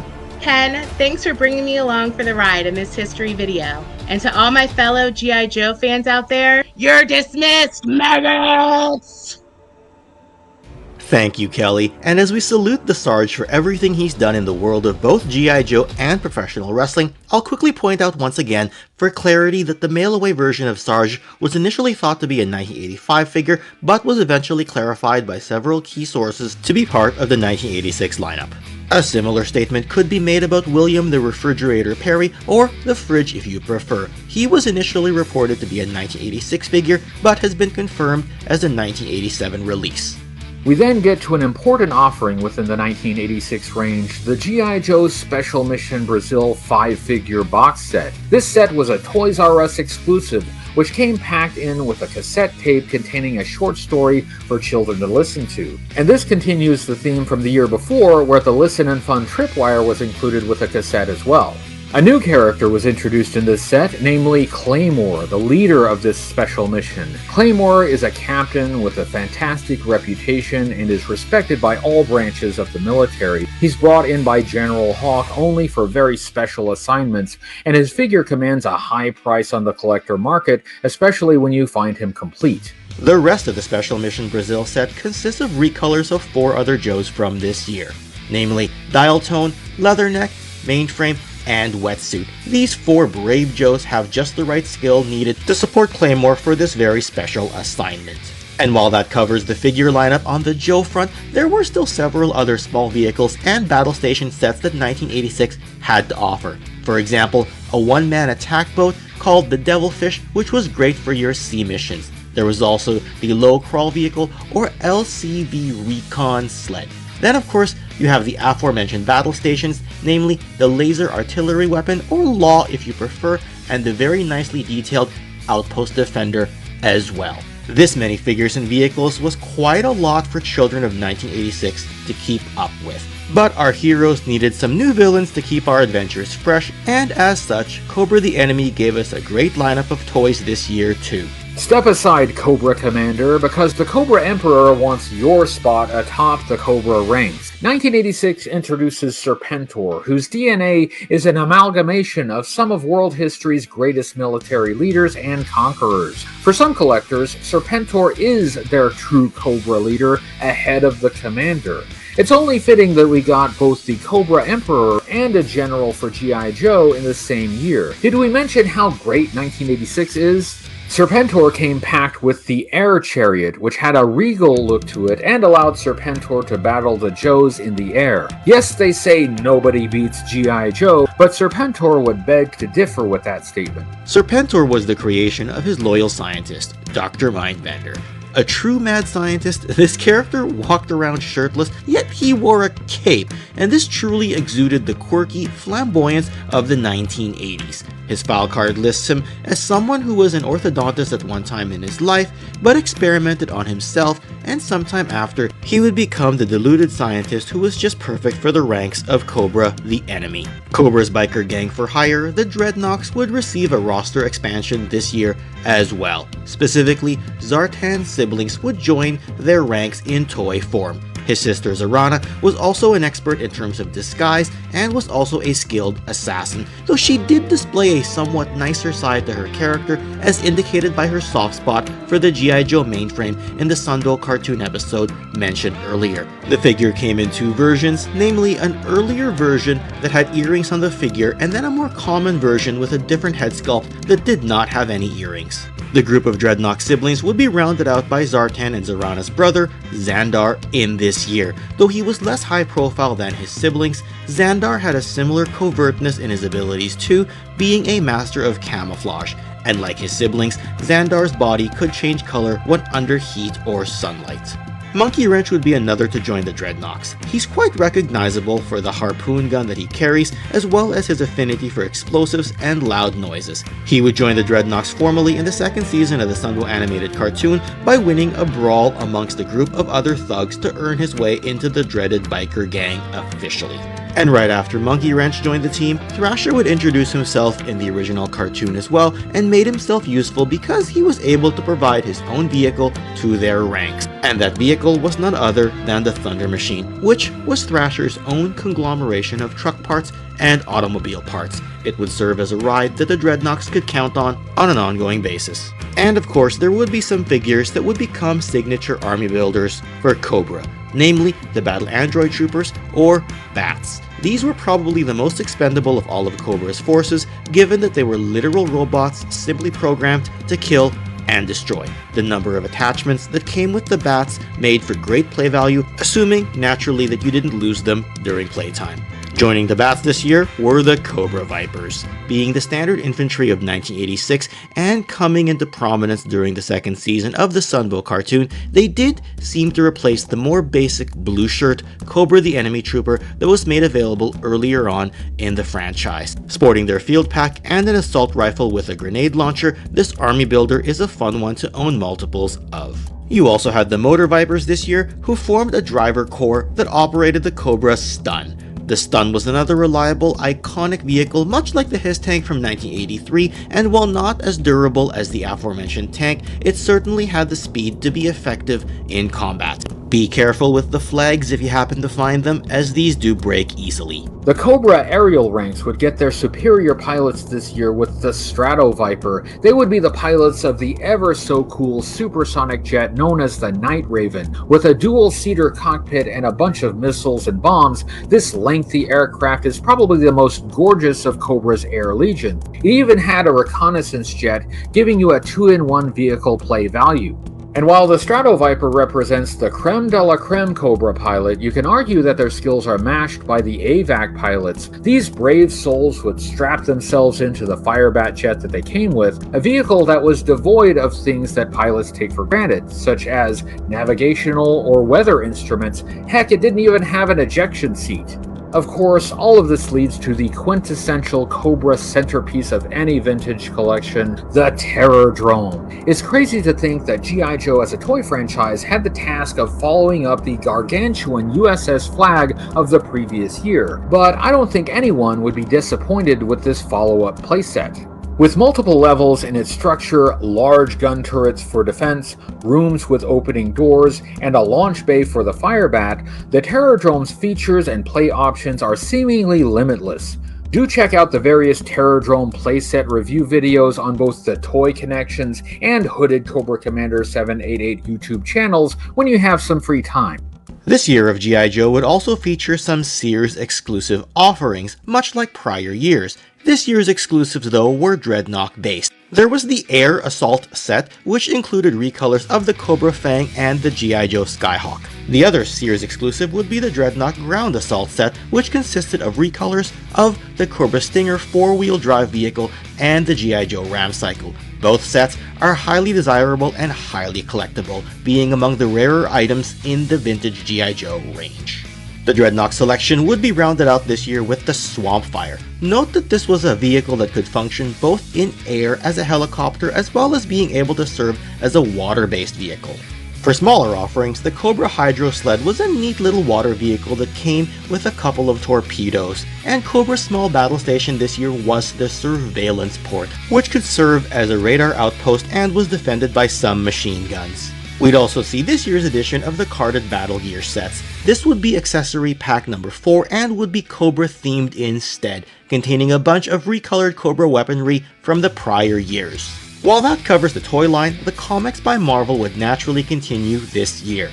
Issues this year would consist of many key moments, including the promotion of Hawk to the rank of General, as well as several key first appearances, such as that of the Cobra Terror Drome, and not to mention the comic debut appearance of Sergeant Slaughter. Serpentor would make his first appearance as well to contest Cobra Commander for supremacy of the Cobra forces. Completing the trifecta approach of toys, comics, and cartoons, the Sunbow series would have its second full-length season this year, with 30 full-length episodes, some of which we've already referenced here. This, of course, would include fabulous events such as the timeless Arise Serpentor Arise 5-part run that kicked off this season, and all of this would build up to the eventual G.I. Joe animated movie the following year.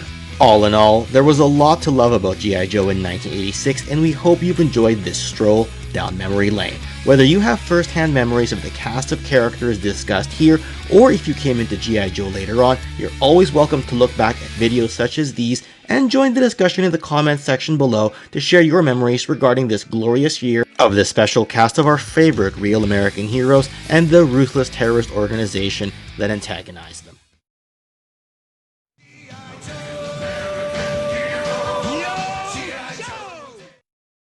As a collector, you know a good toy line when you see one, and in the heyday of the 1980s, watching a character roster expand year after year was a good sign that the toys were selling quite well.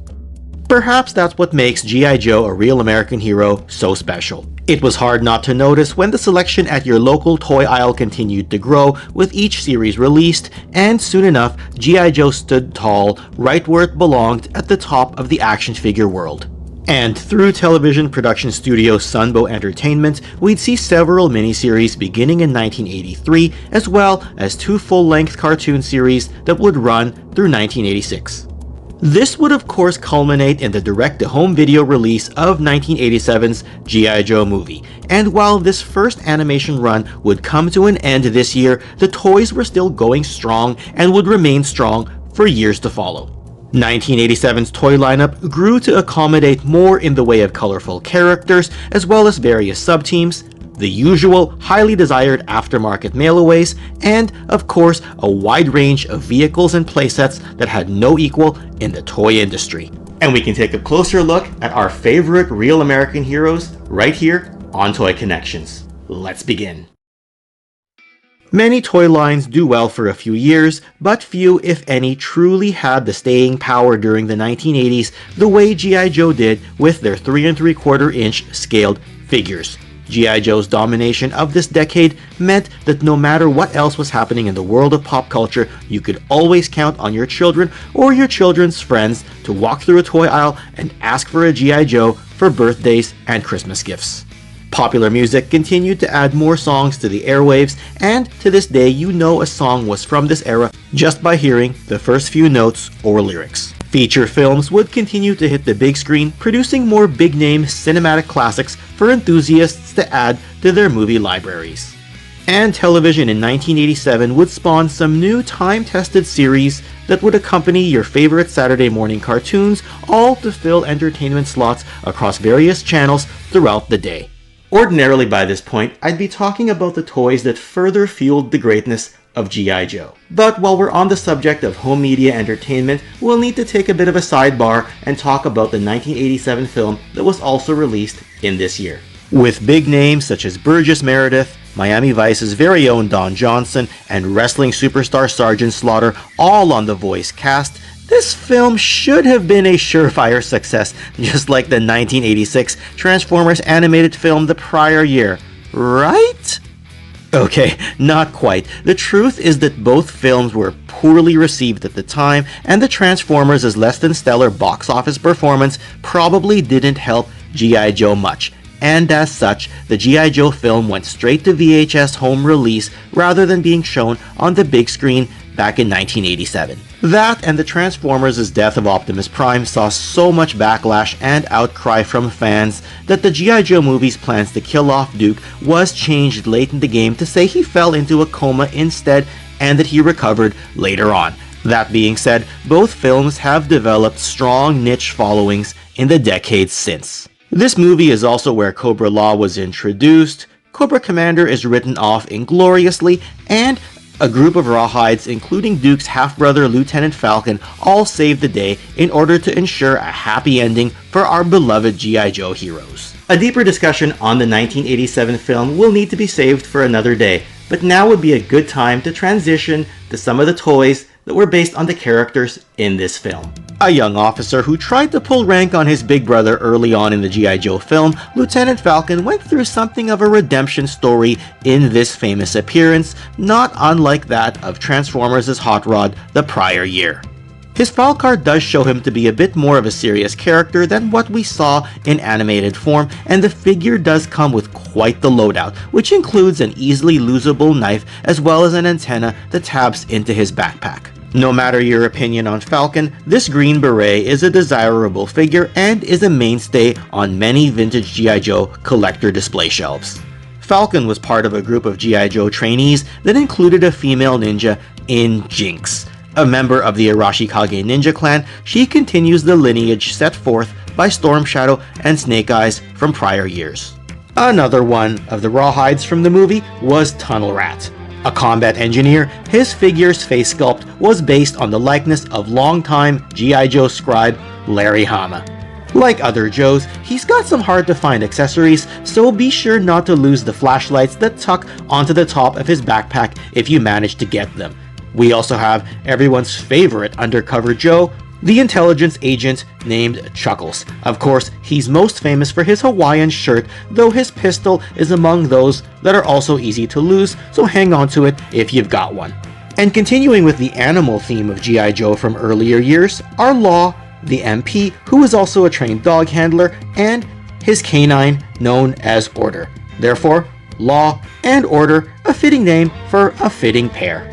Do take note that Big Lob wasn't part of the vintage 1987 line, though he was a G.I. Joe Club exclusive back in 2010 and has made other appearances in the more modern construction 4-inch G.I. Joe line. Had he been made though, he would have been great to complete the group of rawhides from the movie.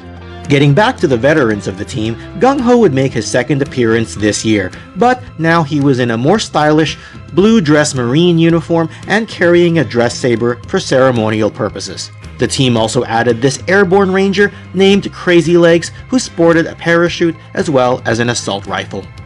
We also got Fast Draw with his more flamboyant color scheme and serves as a mobile missile specialist. He carries a very unique missile system with him into combat to put the scare into oncoming Cobra forces.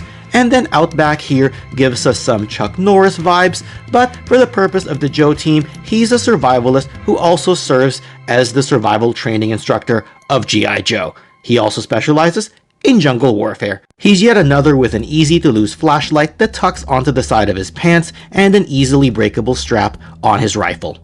You've also got Psych Out, the team's Psy-Ops specialist who comes with a bunch of sonic equipment. Then there's Sneak Peek, who serves the purpose of advanced reconnaissance and carries his large communications tower. Like other Joes of the past, he's got a small microphone that tabs into his helmet. This year also introduces Battle Force 2000, and while sub-teams are usually popular in the world of G.I. Joe and Cobra, admittedly, Battle Force 2000 doesn't get nearly as much love as other sub-teams. Battle Force 2000's task was to take experimental equipment into the field to test out prototype weaponry under battlefield conditions. The group consisted of Maverick, who was the team's fighter pilot, Dodger, another vehicle driver who was capable of performing vehicle and electronics maintenance, and Avalanche, a cold weather survivalist who could operate the Joe's winter equipment. There's Blaster, the hovercraft operator, Blocker, who was the team's eliminator driver, and Knockdown, an anti-aircraft specialist. And to complement Battle Force 2000 was of course their range of vehicles, even though the figures were sold separately from them. Here's the Dominator, which is meant to pair up with Avalanche. The Eliminator is paired up with Blocker, the Skysweeper is operated by Knockdown, the Marauder motorcycle tank is meant to go with Dodger, the Vector Jet is piloted by Maverick, and the Vindicator is helmed by Blaster. Of course, one unique thing about these vehicles is that they could combine together to form the Battle Force 2000 Future Fortress, which is the playset for this sub-team. Another smaller sub-team was also released this year, namely the trio known as the Renegades, who answered to none other than Sergeant Slaughter. They consisted of Red Dog, a former football player who was suspended from professional play for reasons of unnecessary excessive roughness. You also had Taurus, a demolitions expert who additionally had a background as a circus acrobat, and then Mercer, who was an ex-Cobra Viper that defected to the side of the Joes. And while it's cool to see these three renegades ride in Sarge's Triple T from 1986, it's unfortunate that there wasn't a Sergeant Slaughter figure released for 1987. Or was there? Okay, so it wouldn't be a Toy Connections video if there wasn't some sort of Easter egg to make the story a bit more memorable. That's right, while it wasn't an O-ring 3 3/4 inch figure, G.I. Joe did release a mail-away Sergeant Slaughter in a larger 8-inch scale, meant to fit with the LJN wrestling figures that were popular at the time. The figure was wrapped in a plastic bag when it was mailed in rather than being carded, and is made of a harder type of plastic than the rubberized LJN Wrestling Superstars toys. With a few dollars and a mail order form, you could have been the proud owner of this Sarge, which was probably too big to play with your other Joes, but could be featured in the LJN wrestling ring doing battle with the likes of Hulk Hogan or the Iron Sheik. It's become a rare holy grail item for both G.I. Joe and wrestling collectors over time. Pictured here also is the bilingual Canadian version of the mail-away form. While you certainly don't need this figure in order to complete your 1987 G.I. Joe series, what with its construction being so different from your other figures, Hasbro was still wise to produce this item after they obtained Sarge's toy rights when he left the WWF, thus giving us some interplay options between this figure and the similarly scaled LJN ones. The large playsets were back as usual, and one of the two massive sets that we got was the Mobile Command Center. While it could sit folded up and looking much like the Star Wars Jawa Sandcrawler, when you opened it up, you would be in awe as a child to get a look at its play features. This massive structure had a service bay on the bottom floor, perfect for housing some vehicles as well as doing some maintenance. There was also a second level that was a command bay and also had a jail cell to house some captured Cobras. And also, there was a top-level missile bay for, well, offensive or defensive strikes. It also had some fold-out landing pads on the top level, an elevator that you could attach to one side, a radar at the front, and it could be operated by 3 Joes in its cockpit. The play value here was quite limitless, and it came packed in with its own heavy equipment operator. codenamed Steamroller. Now, in most years of G.I. Joe, the Mobile Command Center would have been the largest playset of the series, but this 1987 year is particularly famous for adding a second gargantuan playset this year, taking G.I. Joe from Earth's atmosphere into space with the Defiant Space Shuttle complex. While G.I. Joe fans will always have mixed reactions about whether this toy line should ever have gone into space, there's no denying just how much this playset had to offer. What with a space shuttle and booster, a gantry crawler section, and a bunch of opening panels unlocking more and more play features. Well, however you feel about G.I. Joe in space, this thing certainly looks great on display. This massive complex came packed in with 2 figures, including the driver of the crawler section, Hardtop. He's yet another with an easy-to-lose microphone and pistol, and his bio lists him as a strong silent type who knows how to get a job done. And of course, the Defiant must come with its shuttle pilot, namely Payload. He's a character who has experience in both the Air Force as well as being an astronaut, and interestingly his file card lists him as being one of the higher ranking Joes, being a colonel in rank, thus being closer to the upper brass levels like General Hawk or Keel Hall. G.I. Joe also introduced a Canadian into the line, the armor specialist known as Backstop. This figure is a sweet spot for us Canadians, not only due to his nationality, but because he's a former hockey player. Backstop came packed in with the Persuader vehicle, which of course has its signature extended heatwave cannon. Another neat item this year was the RC Crossfire, a fast attack vehicle that had the best of both worlds because it had the features of both a radio control car as well as being part of your usual G.I. Joe vehicle lineup. It should be noted that Hasbro brought in the help of a Japanese company named Nikko to bring this car into the market. This set came packed in with its own driver, a high-speed aficionado named Rumbler. This 1987 year also featured a few 3 3/4 inch scaled G.I. Joe mailaways, joining Sergeant Slaughter as now the second real-life star turned into a Joe character is the Fridge. With the real name of William Perry, he was advertised as the physical training instructor for the Joe team. And with a few proof of purchase certificates along with some postage money, you could add this member of the Chicago Bears Super Bowl championship team into your collection. Watch out, Cobra. Fridge is coming through. The mail-away offerings were rounded out this year with the Steel Brigade, an army builder of sorts for our heroes. 4 known variations of this color scheme were released beginning in this year. Each version varied by reusing old parts from existing prior year G.I. Joe figures, and depending on the version you got, you might see differently molded torsos, waists, or legs.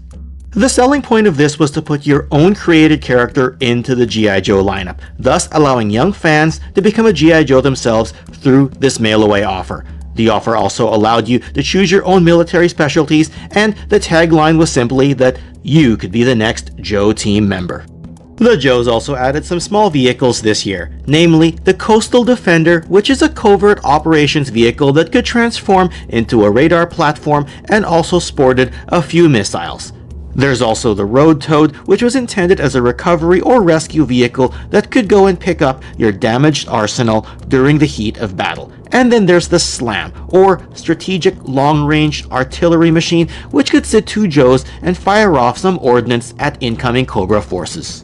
And G.I. Joe would definitely need such reinforcements this year because Cobra's lineup also got quite the expansion and overhaul. The 1987 film introduced us to an ancient Cobra civilization that had been hiding for thousands of years. Named as Cobra-La, clearly a play on the term Shangri-La, its supreme ruler was Globulus, a serpent-like creature to whom even the leaders of Cobra answered to. And yes, he did do away with Cobra Commander during this film.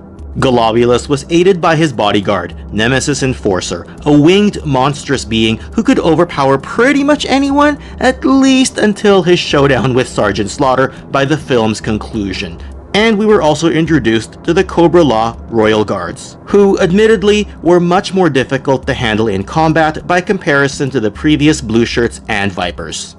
And while this animated film wrote off Cobra Commander, the toys gave him a third release, this time wearing battle armor. That said, it was the comics that breathed life into this particular appearance, what with it being an upgrade for the Commander, though he would soon be replaced and the armor would soon be worn by an imposter, namely the famous Crimson Guard known as Fred 7.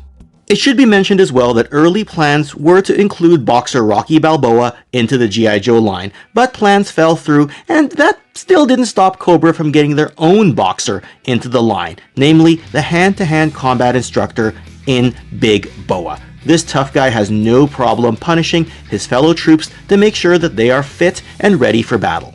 The enemy ranks also added a reptile trainer this year, so here's Crocmaster. This character is an interesting spin on the characters who came with animal companions, given that he was literally packaged with a crocodile.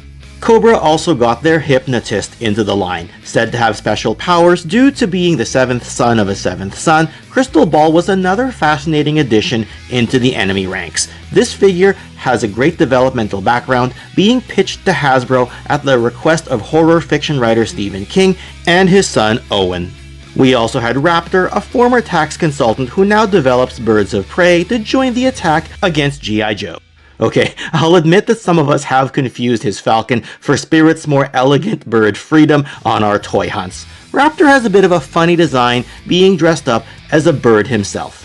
The Techno Viper was the lone single-carded army builder this year for Cobra, assuming you don't include vehicle drivers. While capable of being infantrymen, the primary purpose of the Techno Viper is to serve as field vehicle maintenance and support, which of course makes them different than those whose primary role is combat-oriented.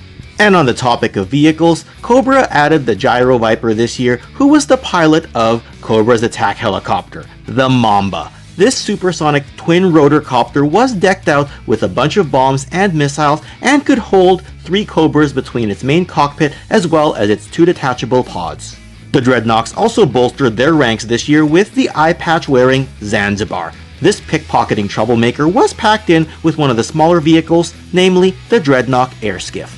Cobra Snow Forces also got some help with the Ice Viper, wielding his 2 sais. He was packaged in with the nicely sculpted Cobra Wolf, or Winter Operational Light Fighting Vehicle. The Wolf as a name in of itself was probably enough of a nomenclature for most fans, but as you know, G.I. Joe likes its acronyms. We then transitioned from Arctic over to Aquatic and Aerial. The Sea Slugs were chosen as specialist navigators and pilots from the ranks of the Cobra Eels. They came packed in with the Sea Ray, a multi-purpose vehicle that could be both a submarine as well as an air glider of sorts. The Cobra Maggot was yet another interesting vehicle that was versatile in its own ways. While it could operate in combination as a single vehicle, it could also split off into 3 separate units, all serving different battlefield functions. The Maggot came packed in with the Worms Driver, or Weapons Ordnance Rugged Machine Specialist. These were versatile troops who could function as drivers, mechanics, gunners, and loaders. These also had an easy-to-lose antenna on the top of their helmets, a helmet of course which would look more than a little like the one from the 1991 Rocketeer movie. Cobra also had several other vehicles released this year, such as the Dreadnok Cycle. We also got some smallish items like the Cobra Buzzbore, or the Cobra Jetpack, and the Cobra Pogo Ballistic Battle Ball. Then there was a whole slew of motorized action packs, 8 in total if we're keeping count. These were specific selections of field gear, some of which were intended for our heroes, while others were intended to go with our villains. The accessory packs made their return as well, with accessory pack number 5, and we also got some spare missiles and other accessories with vehicle gear pack number 1. Overseas, G.I. Joe's European counterpart, Action Force, would fully embrace its International Heroes branding, continuing on with more imported G.I. Joe figures utilizing American characters and tooling, now being a few years removed from its Sub-Team and Red Shadows oriented 5 points of articulation figures. G.I. Joe Comics also had quite the year. In line with the toys, Cobra Commander got his battle armor and reconnected with his son Billy, who also played quite the role this year. Cobra Commander would be usurped by the well-known aforementioned imposter, i.e. former Crimson Guardsman Fred 7, and the Defiant would also make its first comic appearance in issue number 65. 1987 would also see the release of the 4-issue miniseries known as G.I. Joe and the Transformers. This series is known for our favorite Volkswagen Beetle, Bumblebee, being destroyed and being remade into Goldbug. And naturally, G.I. Joe and the Autobots would team up to stop Cobra and the Decepticons. As a whole, while 1987 is still in many ways part of the peak heyday of G.I. Joe, its role as one of the big three of the 1980s toys, along with Transformers and Masters of the Universe, all saw either animated or live-action media swan songs, all of which paved the way for Turtle Power to take over the airwaves and toy store shelves by the time 1988 rolled around. That being said, G.I. Joe would still have some life to close out the final few years of this decade.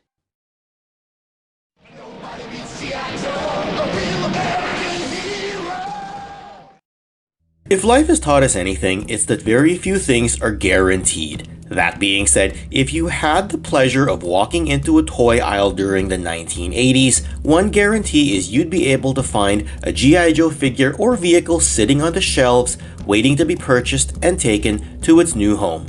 By this point, the 3 3/4 inch O-ring based G.I. Joe A Real American Hero toy line by Hasbro had long been a fixture during a child's playtime. The possibilities fueling our adolescent imaginations as well as the world-building capabilities lent itself well to lengthy, all-encompassing adventures if you were just looking to have a good time.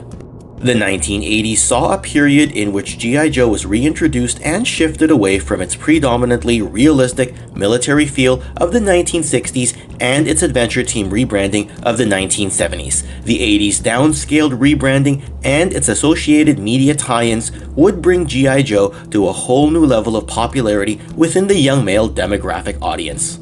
And while some of its roots were still grounded within a military background to some degree, the fantastical elements and more colorful presentation allowed for G.I. Joe to feel more like a varied and eclectic special missions force during its war against crime and terrorism. From this perspective, the 1988 roster of action figures and vehicles did a lot to add to what G.I. Joe had to offer. Following up on the monumental years of the early and mid-1980s was no small task, and we can have a closer look at the 1988 lineup of G.I. Joe right here and now. Let's begin. It's no secret that when you set the bar high, that whatever you do next has to live up to what you did before. And while each individual fan or collector can decide for themselves if 1988 lived up to the lofty existing expectations that G.I. Joe had already set before, it's always worth revisiting what the pop culture media vibe looked like this particular year to set the climate for this particular discussion. Of course, some of our favorite rock bands were still churning out hits from existing music albums, and the box office gave us some great classics both in the way of live action as well as in the world of animation. And the small screen gave us plenty of entertainment such that we not only look forward to premiere airings, but reruns as well.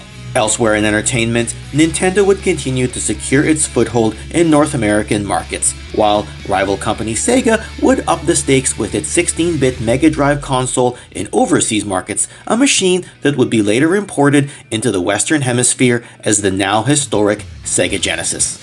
And of course, in the sports entertainment genre, Hulkamania would take a temporary backseat as Macho Madness filled the airwaves. Circling back to the toys of our youth, by 1988, the big three boys' toys of the 1980s were beginning to give up some ground, with others losing steam faster than others. The initial run of Masters of the Universe was done by 1987.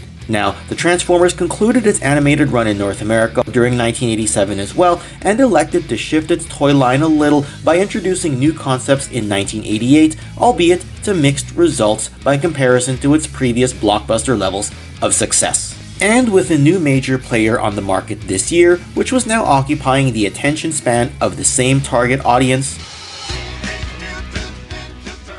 it's worth examining the G.I. Joe toys of 1988 to see how they stacked up against the concurrent market competition as well as its own existing and established lofty standards of years past. Now, G.I. Joe did find some new ways to stand out. In particular, this 1988 year was heavy on sub-teams, giving us the likes of Tiger Force, as well as Night Force, and Destro's faction known as the Iron Grenadiers. Some characters were revisited in new versions at the time, and G.I. Joe filled out its usual expected assortment of new characters, both in single-carded form, but also as drivers and pilots for vehicles. Of course, an often welcome name back into the lineup is that of Sergeant Slaughter. Now in his third O-ring version, this is the first where you could remove his hat, making it a little different than the others. This one also doesn't come with his baton or swagger stick, unlike the previous versions. Loyal fans of the Sarge will tell you that there will never be enough versions of him. He's the master of the Cobra Clutch, applying the hold not only on his fellow wrestlers, but also to fans at conventions and even at the bar after hours. Another thing he's the master of is vehicles, and that's because in addition to his Triple T from 1986, his 1988 version meant that he was also packed in as a vehicle driver again, this time now with the Warthog.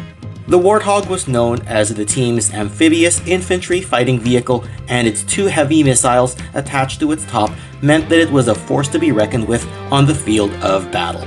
Joining the Sarge as a return character to this lineup is Storm Shadow. But wait, this time Storm Shadow fights on the side of good as opposed to evil, now a sworn brother in arms to fellow Arashikage ninjas, namely Snake Eyes and Jinx. It's interesting to see such an iconic character from the Cobra ranks defect to the side of the Joes.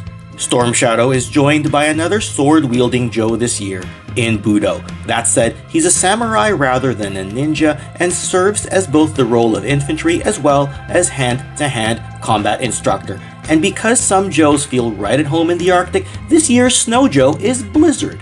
Joining the likes of Iceberg, Frostbite, and Snowjob, this cold temperature soldier has a lot of accessories, and it's noteworthy that he comes with both a set of snowshoes as well as skis. We then make our way from cold environments to much warmer ones because Charbroil here is the team's flamethrower. He joins 1984's Blowtorch as a heat weapon specialist for G.I. Joe. And because we saw a football player in the prior year with the Fridge, we now have a center field baseball player in Hardball. He comes decked out with his green backpack and his signature multi-shot grenade launcher. Whether it's in the baseball diamond or on the field of battle, Hardball means business. We then get a heavily camouflaged character with hit and run. Serving both the role of an infantryman as well as that of a mountaineer, this G.I. Joe, along with his ultra-cool loadout, is a favorite amongst collectors. Joining him in the ranks is an explosives and demolitions expert, codenamed Lightfoot. And on top of that, we had this swamp fighting expert in Muskrat. Muskrat is right at home when covered up to his knees in mud. Over here, Repeater is another one of the team's heavy machine gunners, much in the same way as Roadblock. He's a combat vet with a ton of experience and is known for his top-notch performance when under fire, simply because he's the one who leads the charge when it's time to shoot back. And another Joe known for his bravery is Shockwave. A former member of his regional police department SWAT team, he's known for being the first one to kick the door down and head into a dangerous situation. The team also had a point man this year with Spearhead. The animal theme was back too because Spearhead came packed in with his Bobcat companion known as Max. And adding to the vehicle driver ranks alongside Sergeant Slaughter this year was Skidmark. Skidmark is a soldier who isn't afraid to shy away from his need for speed and was packed in with a 6-wheel drive, fast attack vehicle called the Desert Fox. And clearly there was something of an affinity for bright colors this year because Windmill sported similar orange and greens to that of Skidmark. Being an aircraft operator who never shies away from a hot landing zone, Windmill came packed in with the Skystorm X-Wing chopper. No, not the Star Wars X-Wing, this is the G.I. Joe X-Wing. We then get to some larger vehicles, and in particular the Phantom X-19, which is a sleek-looking stealth fighter with a ton of features. With a slidable cockpit and a ton of armaments, this fighter has the right technology to get behind enemy lines for an undetected attack. This amazing vehicle was piloted by the scarf-wearing Ghost Rider. No, not the Marvel hero, but someone who works hard to not get noticed and make sure he blends in, thus making him the perfect pilot for such an aircraft. The Mean Dog was another of the large vehicles this year. With a noticeably massive cannon and a bunch of missiles, the Mean Dog could separate into a front recon vehicle, as well as a rear vehicle and a detachable standalone cannon. Its driver was the machete-carrying armored vehicle operator named Wildcard. But the largest vehicle this year would be the Rolling Thunder. The Joes were never known for a shortage of firepower, and this heavily loaded vehicle could extend to over 3 feet long. It could display it in both a folded-up mode as well as a more attack-ready mode. The two garishly massive missiles can be extended and are probably what make the Rolling Thunder stand out more than other vehicles. It's got no shortage of features as well, what with several gunner seats, its extensive cannon in the back, as well as a scout vehicle and a detachable turntable of missiles. Unfortunately though, the driver who came with the Rolling Thunder is a bit underwhelming, and that would be Armadillo, who of course reuses the same name as the small 1985 tank. There's not a whole lot to say about this figure, but for collector purposes, you may as well have him since he was the one packed in with G.I. Joe's most heavily armed vehicle. The mail-away concept made its return this year as well. Once again, with a few proof of purchase certificates sent in the mail, you could then be the proud owner of this brightly dressed and armored figure that goes by the name of Super Trooper. The base figure consists of reused parts from past characters, and what stands out about him most is his oversized silver shield. Great for display, albeit not so much for practical purposes in the field. Super Trooper also had the pleasure of having his own live-action commercial. And the mail-aways were not limited to just the figures this year. The Vamp Mark II from 1984 got a mail-away re-release, now in a lighter color shade. Other vehicles you could find in stores this year included the Swamp Masher, as well as small ones like the RPV or Remote Piloted Vehicle. The sub-teams gave us some varied looks for our favorite Joes too, operating in deep, remote jungle missions to take down a network of Cobra bases are the aptly named and aptly dressed Tiger Force. Something must have worked out quite well because some of the Tiger Force's vehicles were indeed captured and re-outfitted Cobra vehicles. For the carded figures, Duke made his return, as did our favorite warrant officer in Flint. Bazooka is here as well, and so is Dusty. Lifeline was back as the team medic, and Roadblock was here as well, fulfilling his usual heavy gunner duties. And Tripwire was also back, performing his mine detector duties. Frostbite moved over from the Arctic to the jungle and now saw his Snowcat re-outfitted to fit the sub-team as the Tiger Cat. And up in the skies, the Dragonfly came back, but was now called the Tigerfly. Interestingly though, this time it came packed in with Recondo rather than Wild Bill as its pilot, though Recondo is right at home in the jungle environments anyway. We then get a new character known as Sky Striker, who has the same name as that of the 1983 jet, albeit this time he was flying the redecoed up Cobra Rattler, which was now called the Tiger Rat. Other Tiger Force vehicles included the Tiger Shark, which was formerly the Cobra Water Moccasin, done up now in Tiger Force colors, and the Tiger Paw was the Joe's new ATV, done up as a newly recolored Cobra Ferret from 1985. We then make the move from the deep jungle terrain to the cover of night for covert operations under darkness. This would be the first year that the Night Force sub-team would be introduced, and this initial offering saw the return of another 6 Joes. Namely, we once again had Lieutenant Falcon, as well as Outback, Crazy Legs, Tunnel Rat, Psych Out, and Sneak Peek. These were a Toys R Us exclusive and were sold as carded 2-packs. This sub-team had their own vehicles as well, which consisted of the Night Raider that was a recolored version of Sergeant Slaughter's aforementioned Triple T. The Nightshade was a redeco of Deep Six's Shark vehicle. The Night Striker was a hovercraft that was this team's version of the Killer Whale. The Night Storm would be Night Force's version of the Persuader, and curiously, the Night Blaster was a recolor of the 1987 Cobra Maggot, so I guess it looks like Tiger Force wasn't the only team that was making use of captured Cobra vehicles this year. Taking a page out of the Night Force playbook, Battle Force 2000 was back as well, and now re-released as carded 2-packs, rather than being single-carded like they were the prior year. And as lengthy of a discussion as we've already had on the Joes, they still needed someone to fight against this year. Thus, the enemy forces had their own shakeup in 1988 because Destro decided to form his own faction known as the Iron Grenadiers. Destro himself now sported a gold helmet rather than a silver one, and had a very regal look, what with his cloth cape and a fancy sword. He came packed in with his own small flying vehicle, which is known as the Despoiler. Do take note that for this subgrouping, we see the words Iron Grenadiers the enemy rather than Cobra the enemy on the packaging. Other Iron Grenadiers vehicles included the Demon or Dual Elevating Motor Ordnance Neutralizer, which was the largest of this team's vehicles, albeit it still paled in comparison to the Rolling Thunder. The Demon did have a slot along the top for Destro's Despoiler to land on. There was also the AGP or Anti-Gravity Pod that had its rotating jet pods, and these vehicles came respectively packed in with the Ferret driver for the Demon and the ultra-strong nullifier pilot that was needed in order to man a difficult vehicle like the AGP. The Iron Grenadiers also added Destro's general, a mercenary by the name of Voltar, with his bird companion, and then there was the Iron Grenadiers troopers themselves, which is a rank of elite army builders handpicked from Destro's various bodyguards. It's always great to have several of these flanking Destro himself.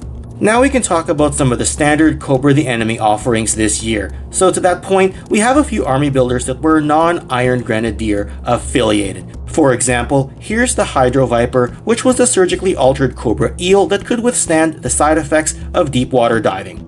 Way up in the sky, we also had the Astro Vipers, who were, get this, a Cobra Naut, as opposed to a Cosmonaut, I guess, and these Cobra Nauts man the orbital stations and perform satellite repair work for our enemy faction. And the Toxo Viper here could go into hostile and hazardous environments for their leaders. An undesirable role for Cobra soldiers, but a necessary one for sure.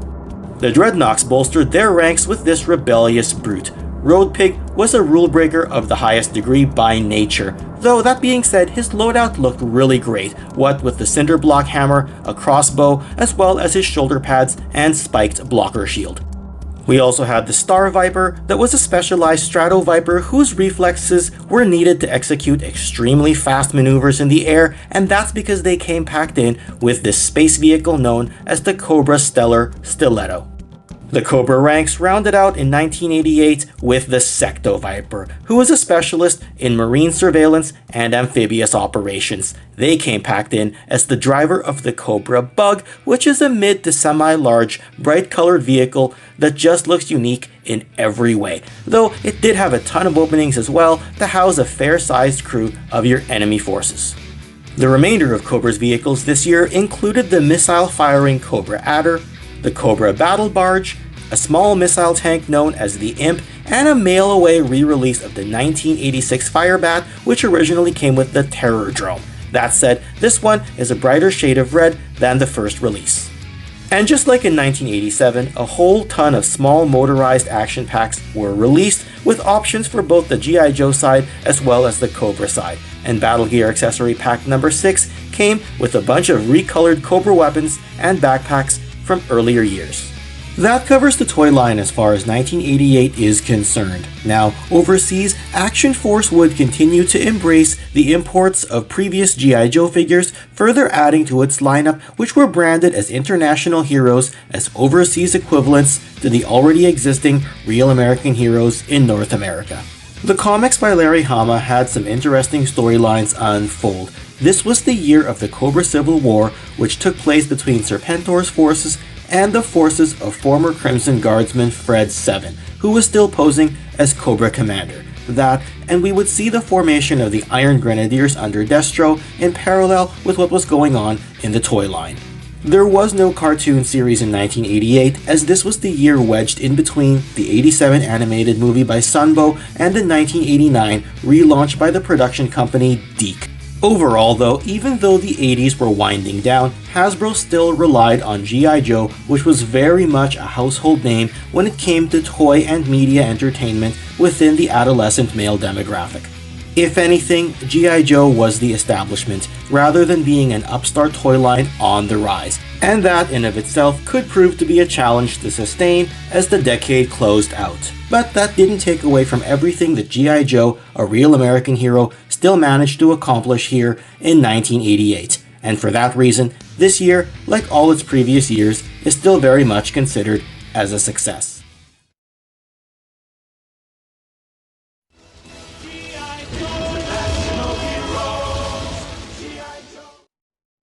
When looking back at everything G.I. Joe accomplished during the 1980s, it's easy to lose yourself in the seemingly countless amount of product that was made available. The toys brought a whole new level of fun, the associated media breathed life into our characters, and the merchandise was literally everywhere.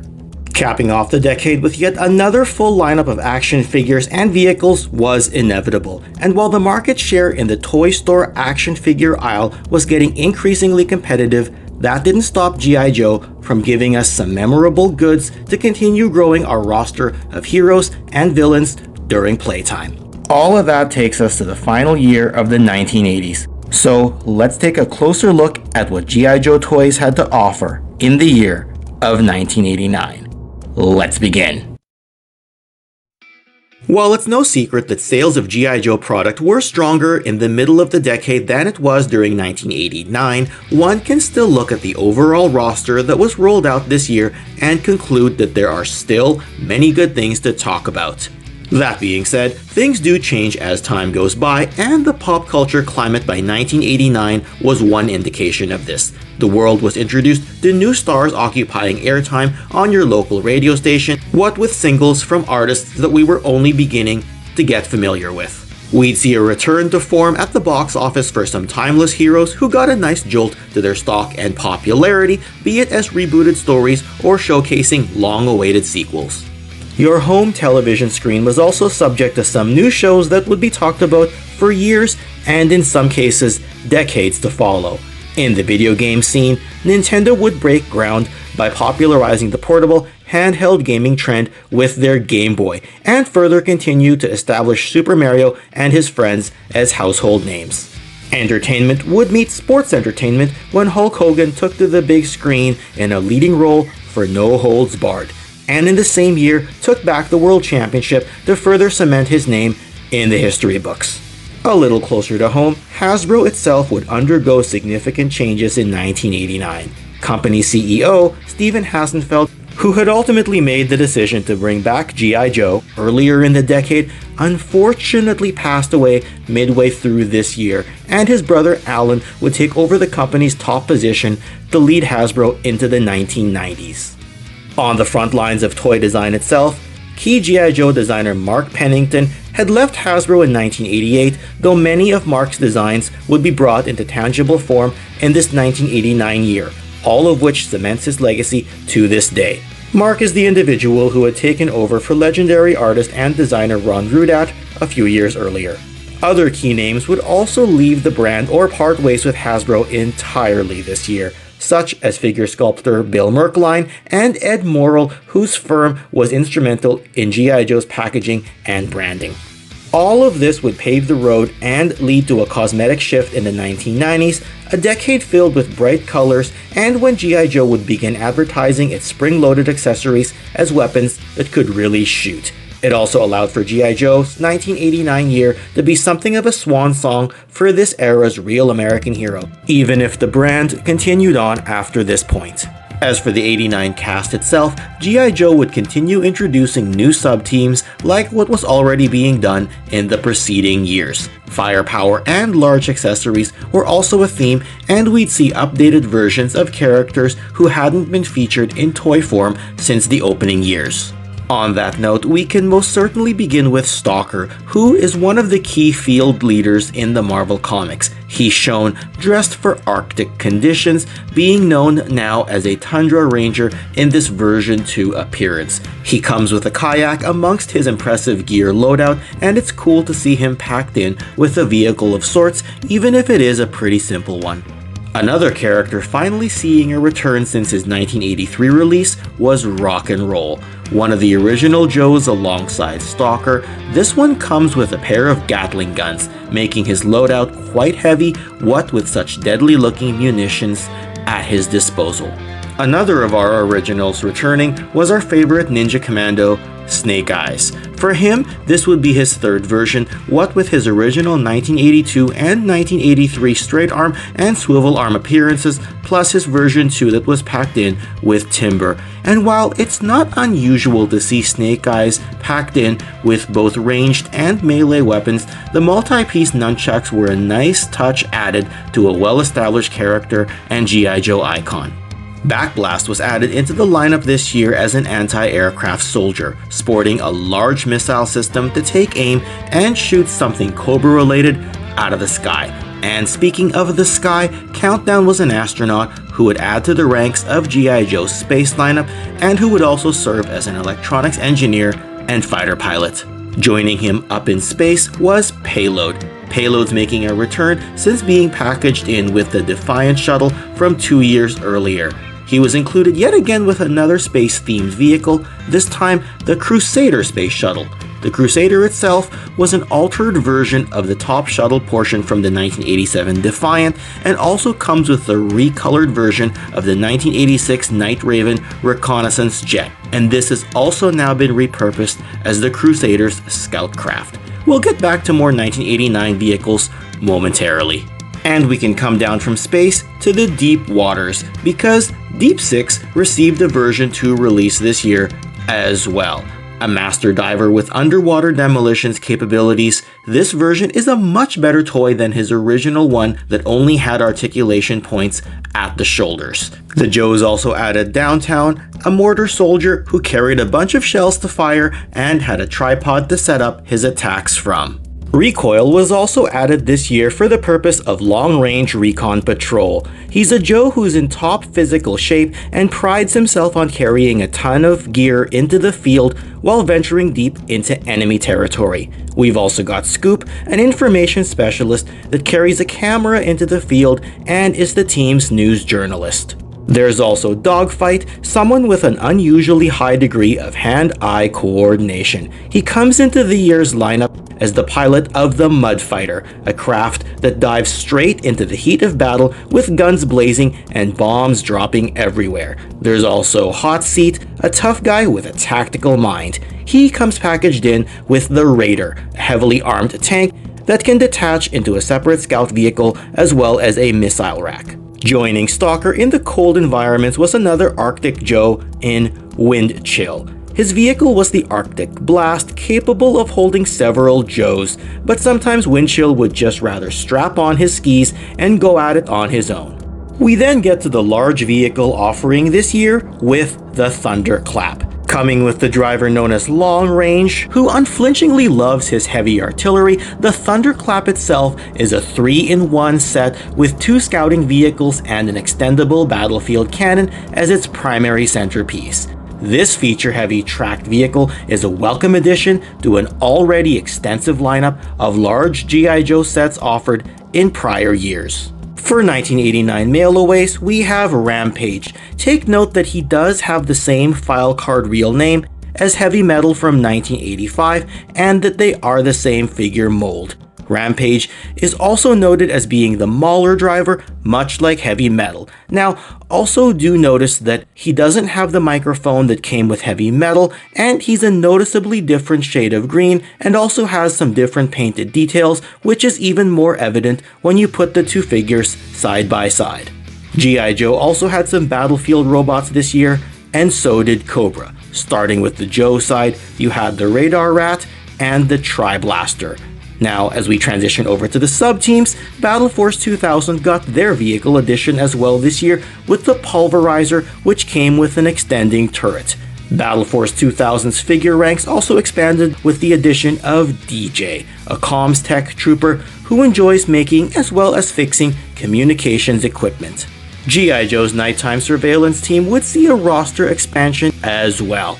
With 6 characters in the previous year, we'd see 6 more making their return into the Joe lineup, and these Joes were now all sporting the Night Force sub-team colors. Giving us characters again who initially made their debut earlier in 1988, we have, now in version 2 appearances, Shockwave, Repeater, Muskrat, Charbroil, Lightfoot, as well as Spearhead and Max. Night Force would add some 1989 vehicles such as the Night Boomer, which is a recolor of the 1983 Sky Striker. There's also the Night Scrambler, which is a Night Ops version of the 1983 APC, and the Night Ray, which was a repurposed Cobra Hydrofoil.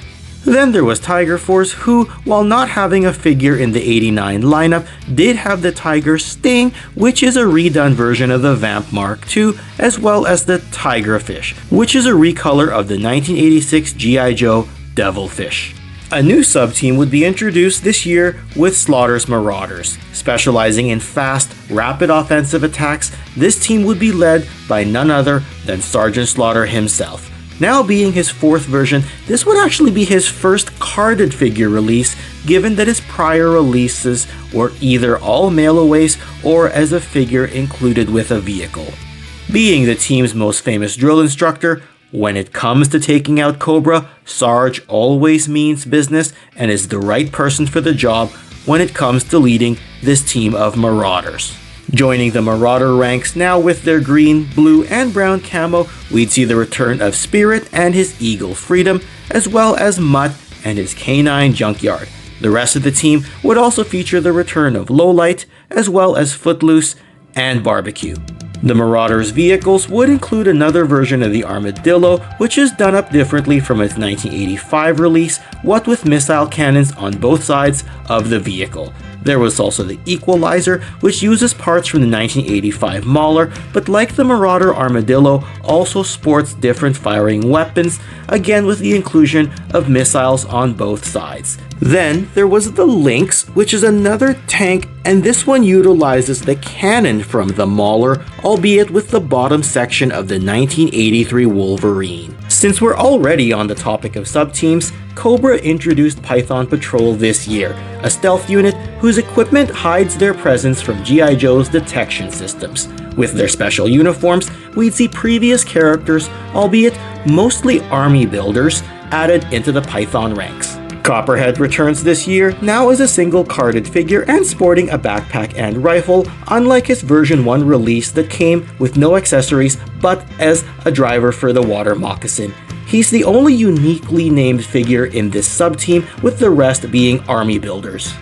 The Python Patrol Trooper here is the sub-team's basic infantryman and for some reason utilizes the same mold as the version 1 Cobra Officer from 1982 and 1983. Meanwhile, the Python Officer here, in a darker color scheme than the Trooper, inexplicably uses the mold of the basic Cobra the Enemy Soldier from 1982 and 1983. Not sure why the G.I. Joe creators at the time swapped the Trooper and Officers from their original designs, but that's what we have. The Crimson Guard also made a Python Patrol appearance as the best of the best as far as shock troopers are concerned. The Televipers also got their Python colors, serving as the radio telecommunications operators for this sub-team's ground forces. And finally, we have the Python Patrol Viper, making a return into the lineup as a recolor of the original 1986 release. This subgroup also had its own share of vehicles. For example, we had the Python Asp, which was originally released as the 1984 Assault System Pod, but now in its new design pattern. This group would also make use of the G.I. Joe 1986 Conquest, but now done up in Python Patrol colors as well. And as a fan favorite, the Stun would be back as well, rounding out the 1989 vehicles for this colorful sub-team. Destro's Iron Grenadiers faction would add a handful of members too. The Annihilator was an elite bodyguard of Destro's, which also was intended as an army builder of sorts, and they came with a portable helicopter pack that could make the Annihilator function as an airborne trooper as well. Destro's mercenary relative, Darklon, also signed up with the Iron Grenadiers, and he comes packed in as the driver for the Evader, which is a unique vehicle that sported some guns and missiles directly on its clamshell-shaped canopy. The group also added a specialized Iron Grenadier known as Wild Boar, whose task is to be the operator of the Razorback. The Razorback is a frontline assault vehicle with an elevation mechanism to allow it to fire from additional angles higher up. The Iron Grenadiers rounded their 1989 lineup with the Targat, or Trans-Atmospheric Rapid Global Assault Trooper, who basically went into battle as a human meteor. And since we're talking about factions, the Dreadnoks added a member this year as well. Nagahide is a skilled hunter and tracker and comes with a ton of accessories, including his boar, which would be his signature animal companion that he was included on card with.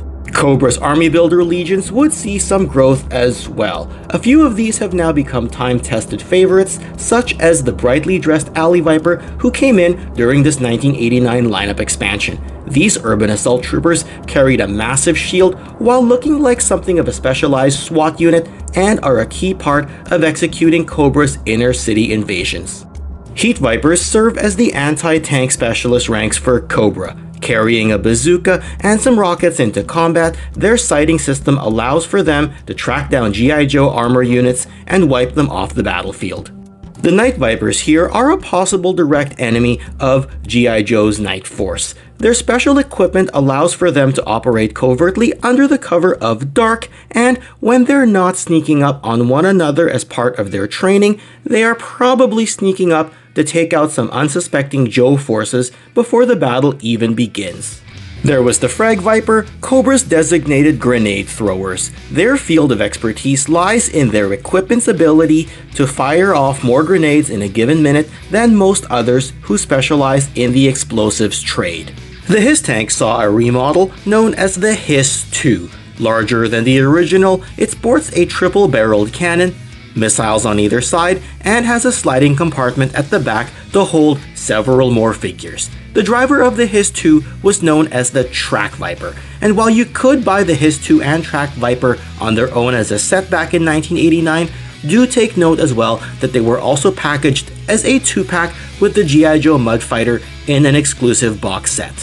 Finally, we get to the Aero Viper, a specialized gold-helmeted pilot that comes with the large Condor Z-25. The Condor was Cobra's large advanced technology aircraft, and it had forward-swept wings, along with the ability to separate into two smaller vehicles if need be. This is an impressive high-altitude bomber for sure.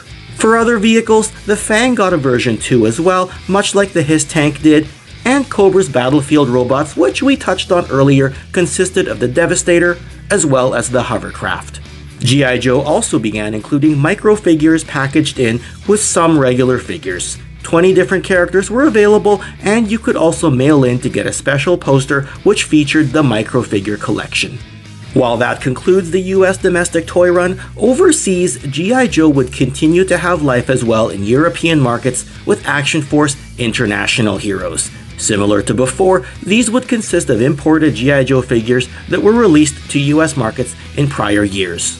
The comics by Larry Hama would further Marvel's ongoing G.I. Joe storyline as well, and the backstory between Cobra Commander and Snake Eyes would be fleshed out. Additionally, the original G.I. Joe, named Joe Colton, as well as G.I. Jane are brought into the story, and Python Patrol makes its debut. Animation company DiC would take over where Sunbow left off in the cartoon, releasing a 5-part series known as Operation Dragonfire, which brought Cobra Commander back to the forefront after his inglorious write-off in the 1987 movie. Note that the theme song would embrace the International Hero tagline rather than the usual Real American Hero jingle.